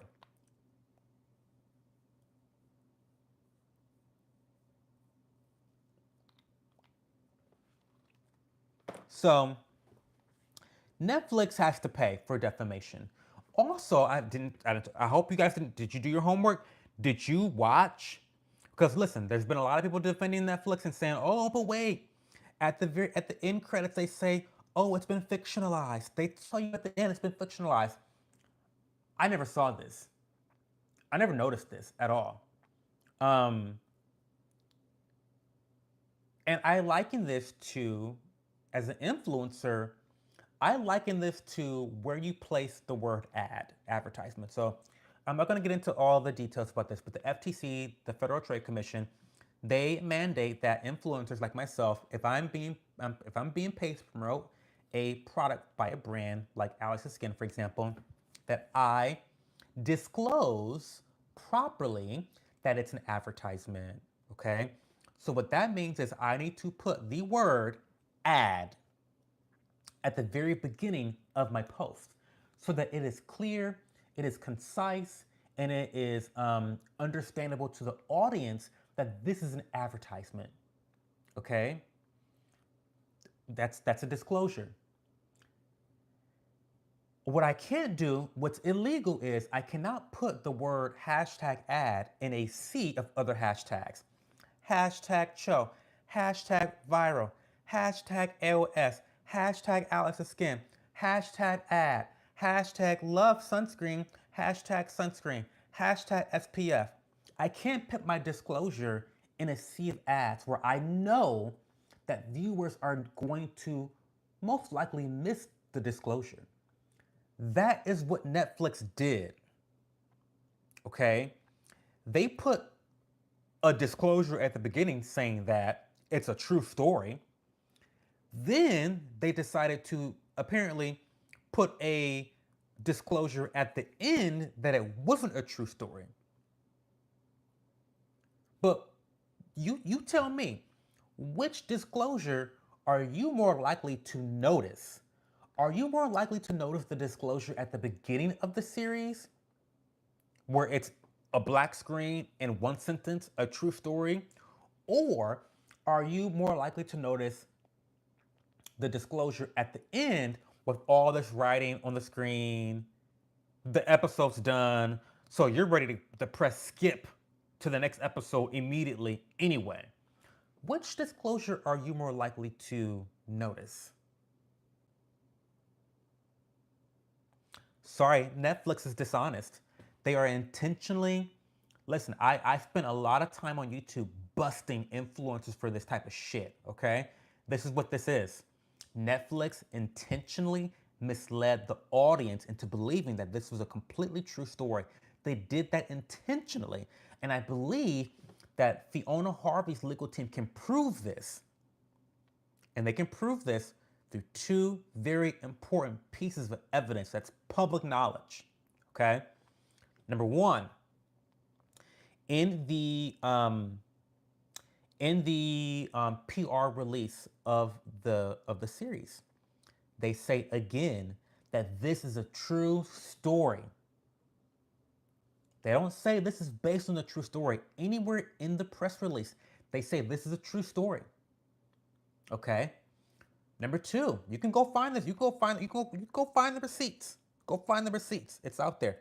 Number two, they say In front of Parliament, Netflix representatives, this is all recorded.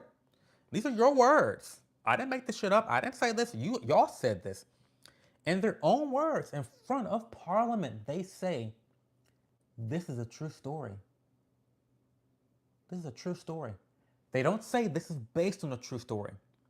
They don't say this is fictionalized.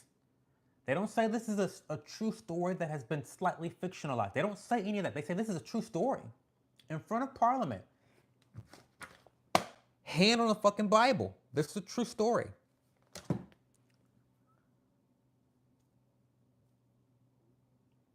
Okay. But parts of it's not true. She's not a convicted stalker. She didn't go to jail. They can't prove that. How do they know that? Where's the receipts? Where's the evidence? So I want to wrap this up with my opinion. Again, I'm going to reiterate. I definitely believe that Martha stalked him. I don't believe she went to prison. I don't believe that she is a convicted stalker. I just think she's an unconvicted stalker. And I want to say this too, because most stalkers are not convicted stalkers. So just because she's not a convicted stalker doesn't mean that we all are just fucking dumb and like, oh, well, she must not be a stalker. No, I think she's a fucking stalker. Most stalkers are not reported, okay? I reported my stalker, okay? I reported my stalker, but he's not a convicted stalker. He definitely stalked me, but he never got convicted. So me saying this is not a moral defense of Fiona Harvey. She's lost her fucking mind. She's a psycho, okay? She's fucking psycho.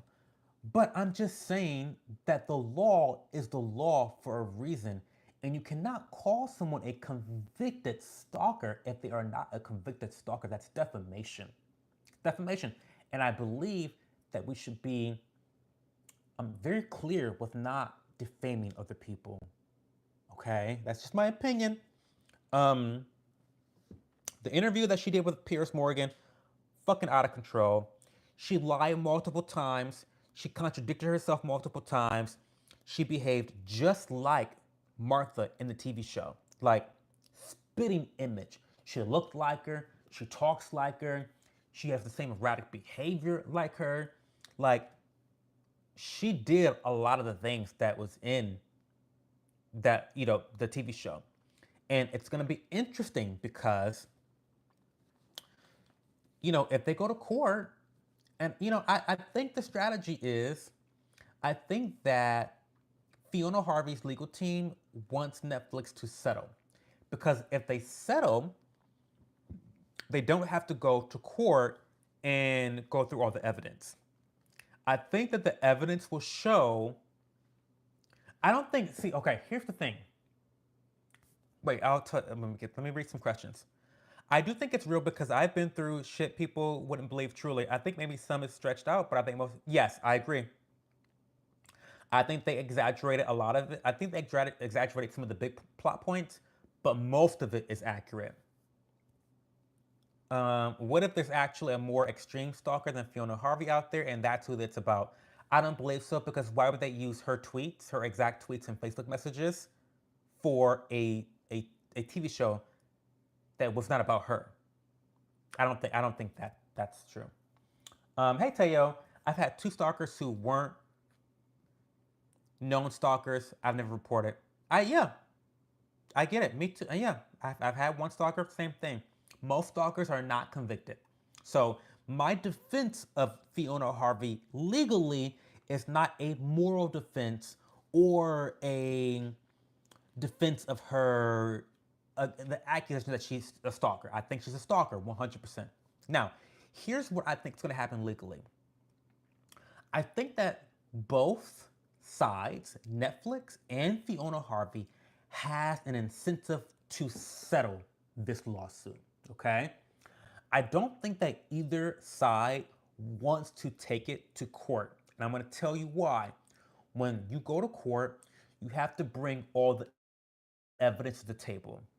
And to be honest, Fiona Harvey, in my opinion, has the open shut case. Netflix has intentionally misled people into believing that this is a true story. I think that's a fact. Based off the evidence that at the very beginning of the TV show, they say that's a true story. Their disclosure is at the end of the TV show, where it is not easily recognized or clear or understandable to most viewers. Number two, in the press release, they again say that this is a true story. There's no mention of this being based off a true story or that it's fictionalized. Nowhere near. No disclosure like that. In the press release, they say it's a true story. Third piece of evidence. In front of Parliament, hand on the fucking Bible, they say this is a true story. No mention of it being fictionalized or that it's based on a true story. So you have those three clear pieces of evidence. You defamed this woman. You defamed her by calling her a convicted killer. I mean, not killer. You defamed her by saying that she was a convicted stalker and that she went to jail. You can't just go around saying that people have been to jail. So she has a case. She has a case. Sorry, she has a case. They don't want this to go to court because that evidence will come out and they will lose the case. Now, here's where things get messy because Fiona Harvey also does not want this to go to court because all the evidence will come out. And something that can be easily proven are her emails, her text messages, her social media messages, her IP address. All this shit can be confirmed. And these are all things that she has denied, that she has fucking lied about. Things that she has fucking lied about. Allegedly, in my opinion. Listen, I know that she's a liar. She's a liar. And if you watch the Piers Morgan interview, she trips up over her own lies constantly. Piers Morgan did a really great job of catching her in lies and pushing her where she needed to be pushed. She's a fucking liar. 1 minute, oh, I didn't email him. Next minute, oh, maybe it was 2 emails. Next 1 minute, it's, oh, a couple messages here and there. The other minute, oh, it's 16 messages. So these are very easily verifiable facts. And I don't think that Fiona Harvey wants to take this to court because those facts are going to come out. And when those facts come out, if this is decided by a jury is going to see that, oh, you emailed him 5,000 emails, you sent him 400 letters, handwritten letters. Oh, these are verifiable facts that Fiona Harvey knows. So I don't think she wants it to come out because if that comes out and this is done by a jury, they're going to look at this information and say, well, she's a fucking stalker. Well, it is true that she's a stalker. Who cares if didn't go to jail? I don't want to hold Netflix liable for putting this stalker, this crazy woman on blast. There's some risks there. There is some risks there. So I don't think that either side wants to take this to court. I think that both sides are going to want to take this to a settlement. And I think that Netflix, they have enough money. They have a budget for lawsuits, bitch. When you become a big corporation, you have budgets for lawsuits, for settling lawsuits. I think Netflix is going to settle this lawsuit. That's my opinion. They're going to cut her off a piece of coin, a piece of cheese, and she's going to be on her way. That's what I think is going to happen with this case. Let's read some comments. I think it's fucked up either way because the guy I tried so hard to keep her hidden and she went out of... Teo, I disagree. Nope, I disagree. She was discovered the day that it was released. Now, you came in late. I think there's some nuance here because again, I think that there's who holds greater responsibility. I talked about this earlier. Netflix used her exact social media posts. You know what the bitches did? They Googled the social media posts. 1 plus 1 equals 2. It's not hard to find somebody out. You know how people get exposed for shit they did 7 years ago on social media? The internet blueprint is a real thing. So by Netflix using her real social media posts, that enabled people to find out her real identity immediately. Immediately. So they are completely at fault for that. Now, I understand why people are upset with her going on to the Piers Morgan show, because I didn't know about those DMs and those social media posts. You didn't know about them. I didn't know that she was the real Martha until she did the Piers Morgan show. So I understand people saying, no, bitch, you exposed yourself.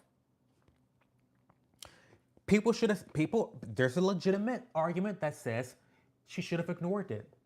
If people said, oh, these are your messages, this is you, da da da, she should have ignored it. I don't know. I don't know. I don't know if it's from a legal perspective. Okay, just us being human to human, I agree. She should have ignored it. She should have just ignored those messages, those comments, and just said, you know what, fuck you. Yeah, it's me. I'm the person they're talking about, but I'm not gonna say anything, and I'm gonna let this blow over. Deact my messages, deact my Facebook, deact my shit, and let this blow over. That's what I would have done. However, from a legal perspective, she does not have, she doesn't have an authority to conceal her own identity when there are lies being made about her in a TV show. It's not her legal duty to conceal her own identity. It's not. So I understand both sides. Like, yeah, I think that Netflix is fucked up for using her real messages if they were not prepared to deal with the consequences of her being like, hey, yeah, it's me. On the other hand, I think it's pretty dumb for a stalker like Fiona Harvey, who actually probably did these things, to then say, oh, it's me. And yeah, I'm lying about all these things that I did and stalked him. But the one thing I didn't do, I didn't admit to doing it. You dumb fuck.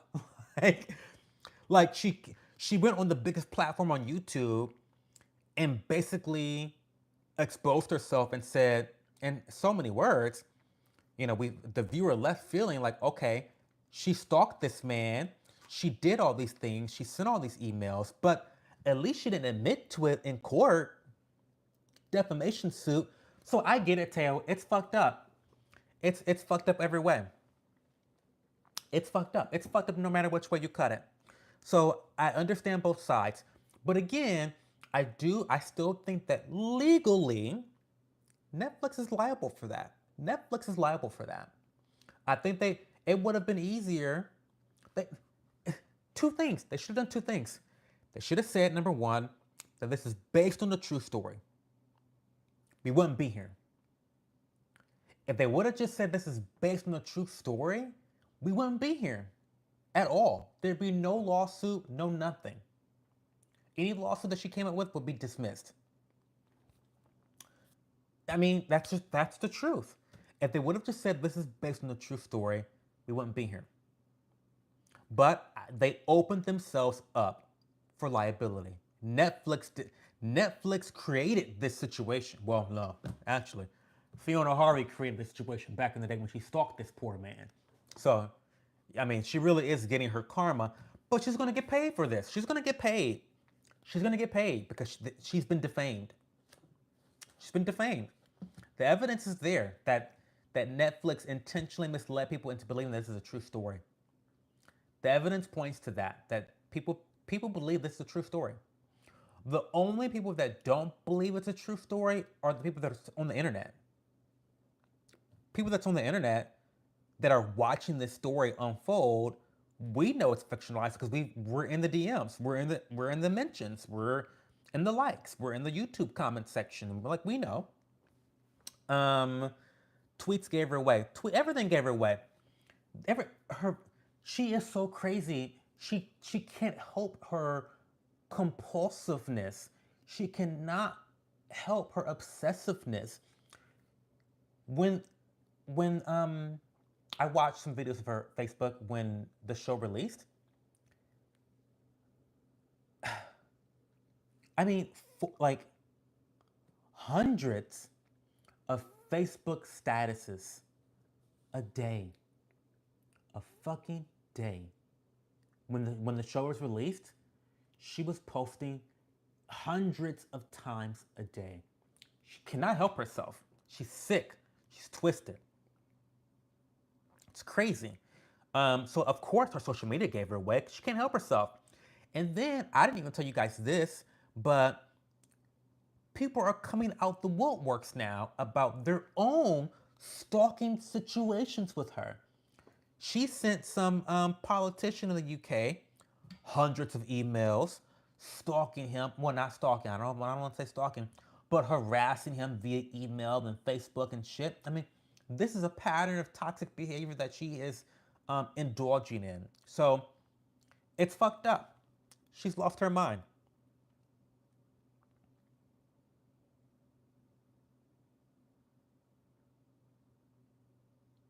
A diamond in the rough for Netflix. Listen.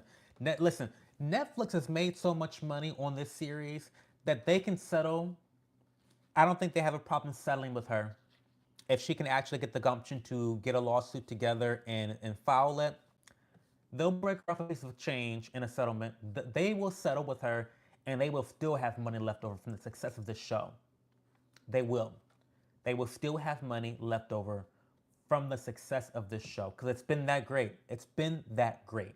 So I don't think Netflix is too concerned. I do think that Netflix has some issues with their brand because I'll tell you, I'll tell you right now, I now have some reservations about true documentaries on Netflix. I do. After looking into this situation, into this case, I have reservations. When Netflix says something's a true story, is it actually a true story? I probably will not believe them moving forward because they weren't telling the truth here. They didn't tell the truth. They um, they lied through omission and they lied through improper disclosures. It's not how you disclose stuff. It's not. That's not how you legally disclose any information. Legal disclosures have to be prominent, easy to understand, clear, and easy to see. And it just wasn't. It just wasn't. And then people are thanks for being here, Arm. We're basically just chatting now. I mean, I'm done with my notes and everything, but yeah, I'm done with my notes. So thank you for being here. I really appreciate you, and hopefully see you next. Oh, by the way, let me plug my latest YouTube video. Go watch my latest YouTube video. It's really interesting. I do an what's in my bag video while traveling and creating content. So I think you might like it. Um, I know you'll like it. If you travel at all, there are a couple items that you will fall in love with that you will definitely want from my video. So definitely go watch that video. What's in my bag? It's my latest YouTube video. It's a good video. Um, anyway, I forget what I was saying. Channel 5 being one of them. Um, no, what am I saying? Oh, about Netflix. I just think that Netflix did themselves a true disservice by not disclosing that it was based on a true story. Instead, that it's a lie, that it was a true story. And they tried to backpedal and pussy pop by saying at the end that it's fictionalized. Well, that's not how you do a proper disclosure. And again, I know this because I am an influencer that am under the guidelines of the FTC, the Federal Trade Commission, in the U.S. at least. And of course, the Federal Trade Commission is very clear. Your disclosure has to be prominent, easy to understand. And there are so many people, and I even have evidence of this. There are so many people who assume that this is a true story. It is not a true story. It is based on a true story. And if you are saying that something is a true story, and you've allowed it to be easy for people to be identified in your true story, and some of those true things in the story are in fact not true, you got a lawsuit. Fuck you. Like, fuck you, big corporate. You don't get to do this. You can't do this to people. You can't. And yes, she's fucking Looney Tunes. She's fucking out of her mind. She's a fucking stalker. Yes, she is. But you still cannot defame people. I don't care. You can't defame mentally ill people just because they're mentally ill and they're terrible human beings. That's not how the law works. Sorry, it's not how the law should work. You don't get to defame people just because they're mentally ill and batshit crazy. You don't get to do that. So, um, that is my baby reindeer conversation. It has been it's been 2 hours.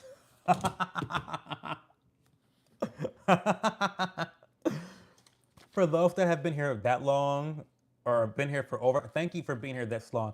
We covered, and Teo, we covered a lot of stuff, so definitely watch the replay when you get a chance because I did a recap of the story.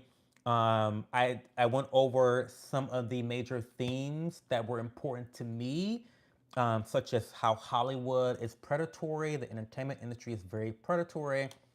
I'm sure you have experience even being a Twitch streamer and working in that industry for a little bit. I'm sure you have stories of people preying on you. Um, we talked about sexuality because that was a major plot point in the story. Talked about sexuality. We talked about mental health, narcissism, poor self-esteem, attachment issues, identity crises, drug use, overactive empathy. We talked about stalking. I shared a personal story about my stalker, how I handled that, and kind of my mental state during it. And then we talked about, how Martha was discovered, the interview with Pierce Morgan, and the lawsuit that we think is coming. So I'm tired, y'all. It's almost 2 o'clock. I've been here for over 2 hours talking about baby reindeer. Thank you so much for being here. The video will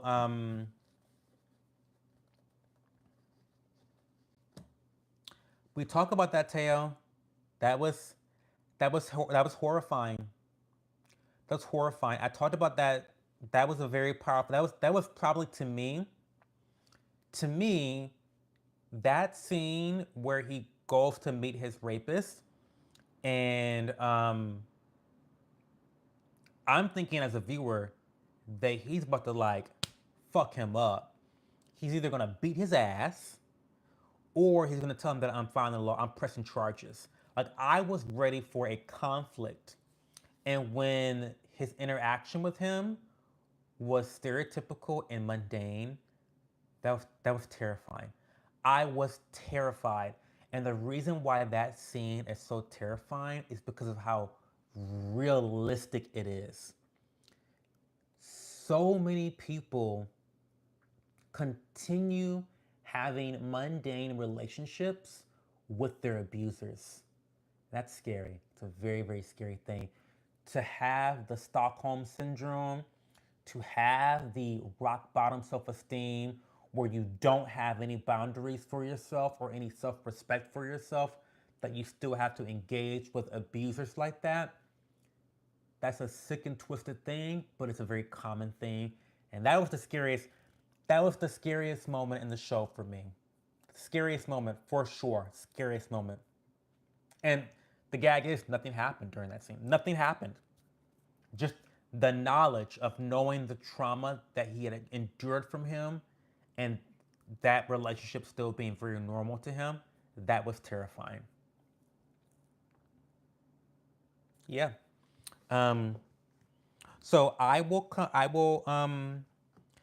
have the fortitude to do it right now, but I will timestamp um, this live stream so that people can watch it on a rewatch. And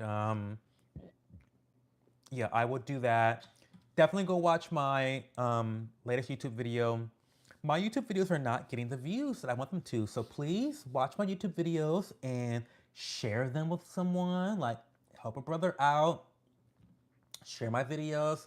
A matcha guide is out right now, and that's a really in-depth video about matcha and where I buy it from, how it's sourced, why I love matcha. It's basically like a matcha 101. And so if you know anyone that likes matcha, be sure to share that video. I'd appreciate it. Go give it a like.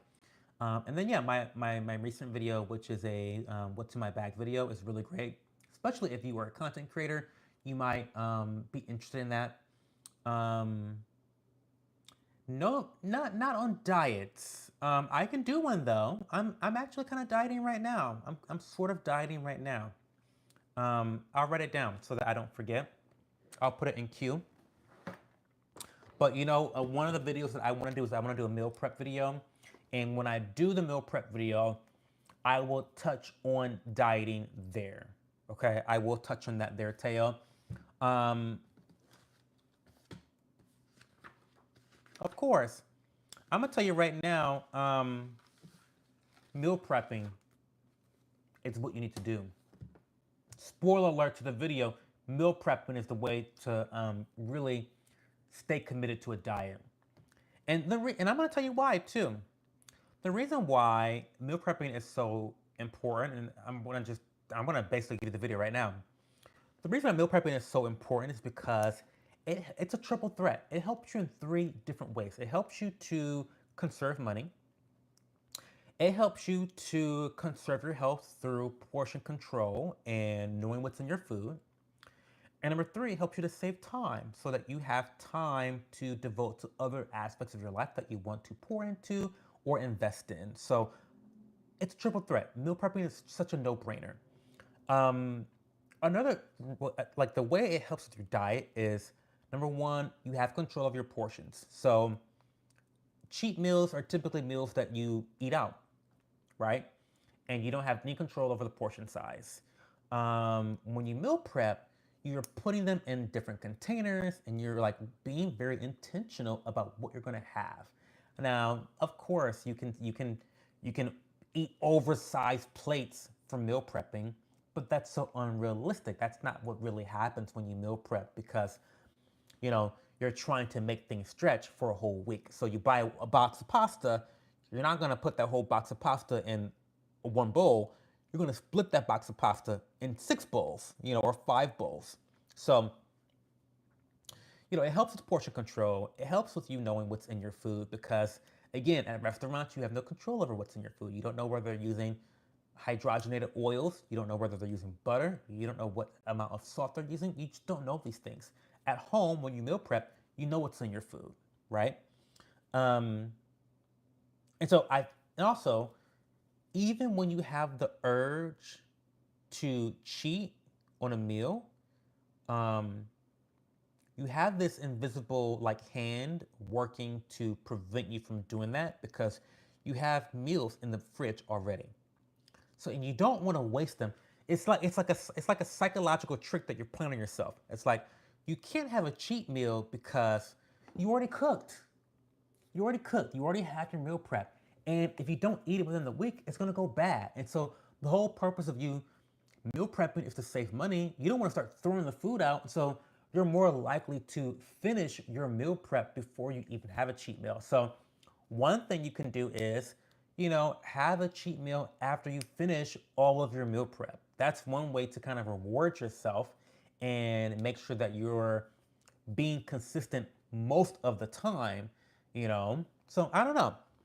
Meal prepping is how I um, really stay on task with my dieting.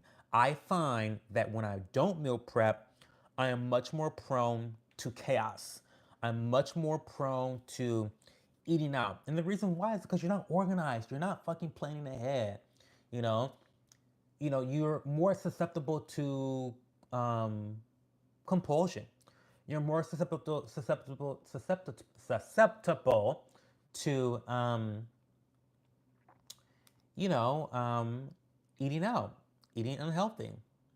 Um, so I really just think that meal prepping for me is the best way to diet because not only is it helping my waistline, but it's also helping my budget and it's helping my time management. So when you watch that video, I'll do a more in-depth video about it when I do my meal prep because I'm going to do a vlog where I am meal prepping and talking about my dieting and why it's so great for nutrition and, you know, all that jazz. But how do you get rid of love handles? Oh, I'm gonna tell you this. You're not gonna like this, Teo. You're not gonna like this. You're not gonna like this. You've got to eat less calories. I mean, you've got to burn more calories than you consume.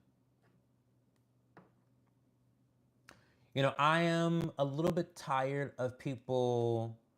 Um, as a I'm not a nutritionist, but as someone that's like nutrition, and I'm really into it. I'm a little tired of people trying to sell consumers on pipe dreams, really complicated exercise routines, and really complicated, you know, um, diets and drugs and supplements and vitamins.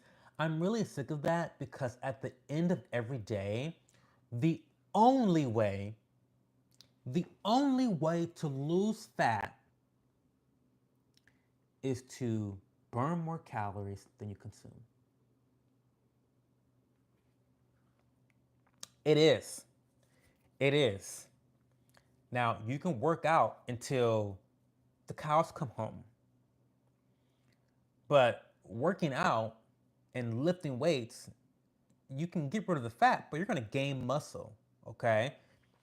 The only way to get rid of fat is to burn more calories than you consume. I cannot say that enough.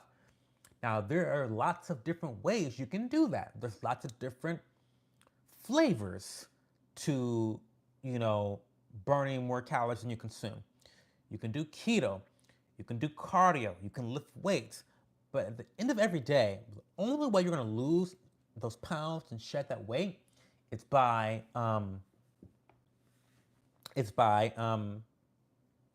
eating less than you eating less, burning more than you consume. Now, in terms of exercises, I think that Russian twists are my favorite.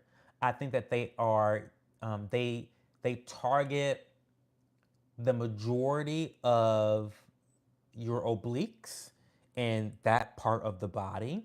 And so if you can replace that love handle with more muscle, you're going to push some of that fat away with the muscle. You're not gonna like lose weight, but you are gonna be able to burn a little bit more of that fat because you're gaining muscle there. So, I mean, that's what I would do. I don't know how long it would take. You need 2,300 calories to maintain. So you need to eat. So eat. So if that's the case, eat 21 calories, 2,100 calories. I would do a deficit and start doing some Russian twists every day or 3 times a week. And after a month, you'll probably notice that your love handles will you'll probably notice some gains in that way. I would I would if you need 2,300 calories to maintain, then you need to eat less than that to ensure that you are losing fat. So I would start with something manageable, 2,100. That seems pretty fair, right? 2,100. Keep up with the high protein. You need the protein. Keep up with the high protein. Get some fiber in you. Don't worry about the carbs. Don't worry about the fat. It's all about the calories. Calories and protein. Those are the only two. Those are the only two macronutrients that I ever track anymore. That's it. I don't care about the other shit. I track my calories and I haven't been tracking recently the last 2 weeks, but when I do track, I'm only tracking my calories and my protein. That's all I'm doing. So if 2,300 is what you need to maintain, start with 2,100 and keep working out. Just keep working out. But even if you don't work out, you'll lose weight because you are in a calorie deficit. So you'll lose weight regardless. But I think that if you are working out and doing those Russian twists.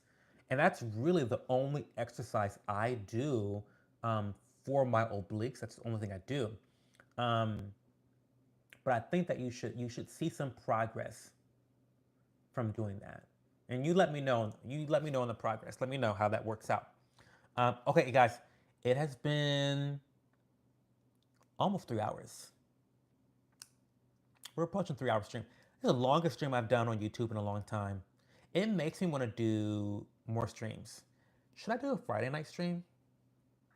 I think I want to do a Friday. I think I want to do a Friday, Saturday night streams. Like, I don't know. I'll think about that. Because for a while I was going to do like another stream on a Tuesday during the daytime, but I would rather just do another nighttime stream. Anyway, guys, I'm going to get going. I'm tired. I've said that now for like 5 times. I'm going to get going. Thanks, guys, for everything. Teo, I love you long time. Thanks for chatting and good luck. Let me know what's going on with the dieting, and I'll put my meal prep vlog on in queue. I have a lot of videos in queue. I have a lot of stuff to film, but that's a good thing. It's a good problem to have. Go watch my videos. Go like the videos. Go comment. Love you. Talk to you soon. Bye.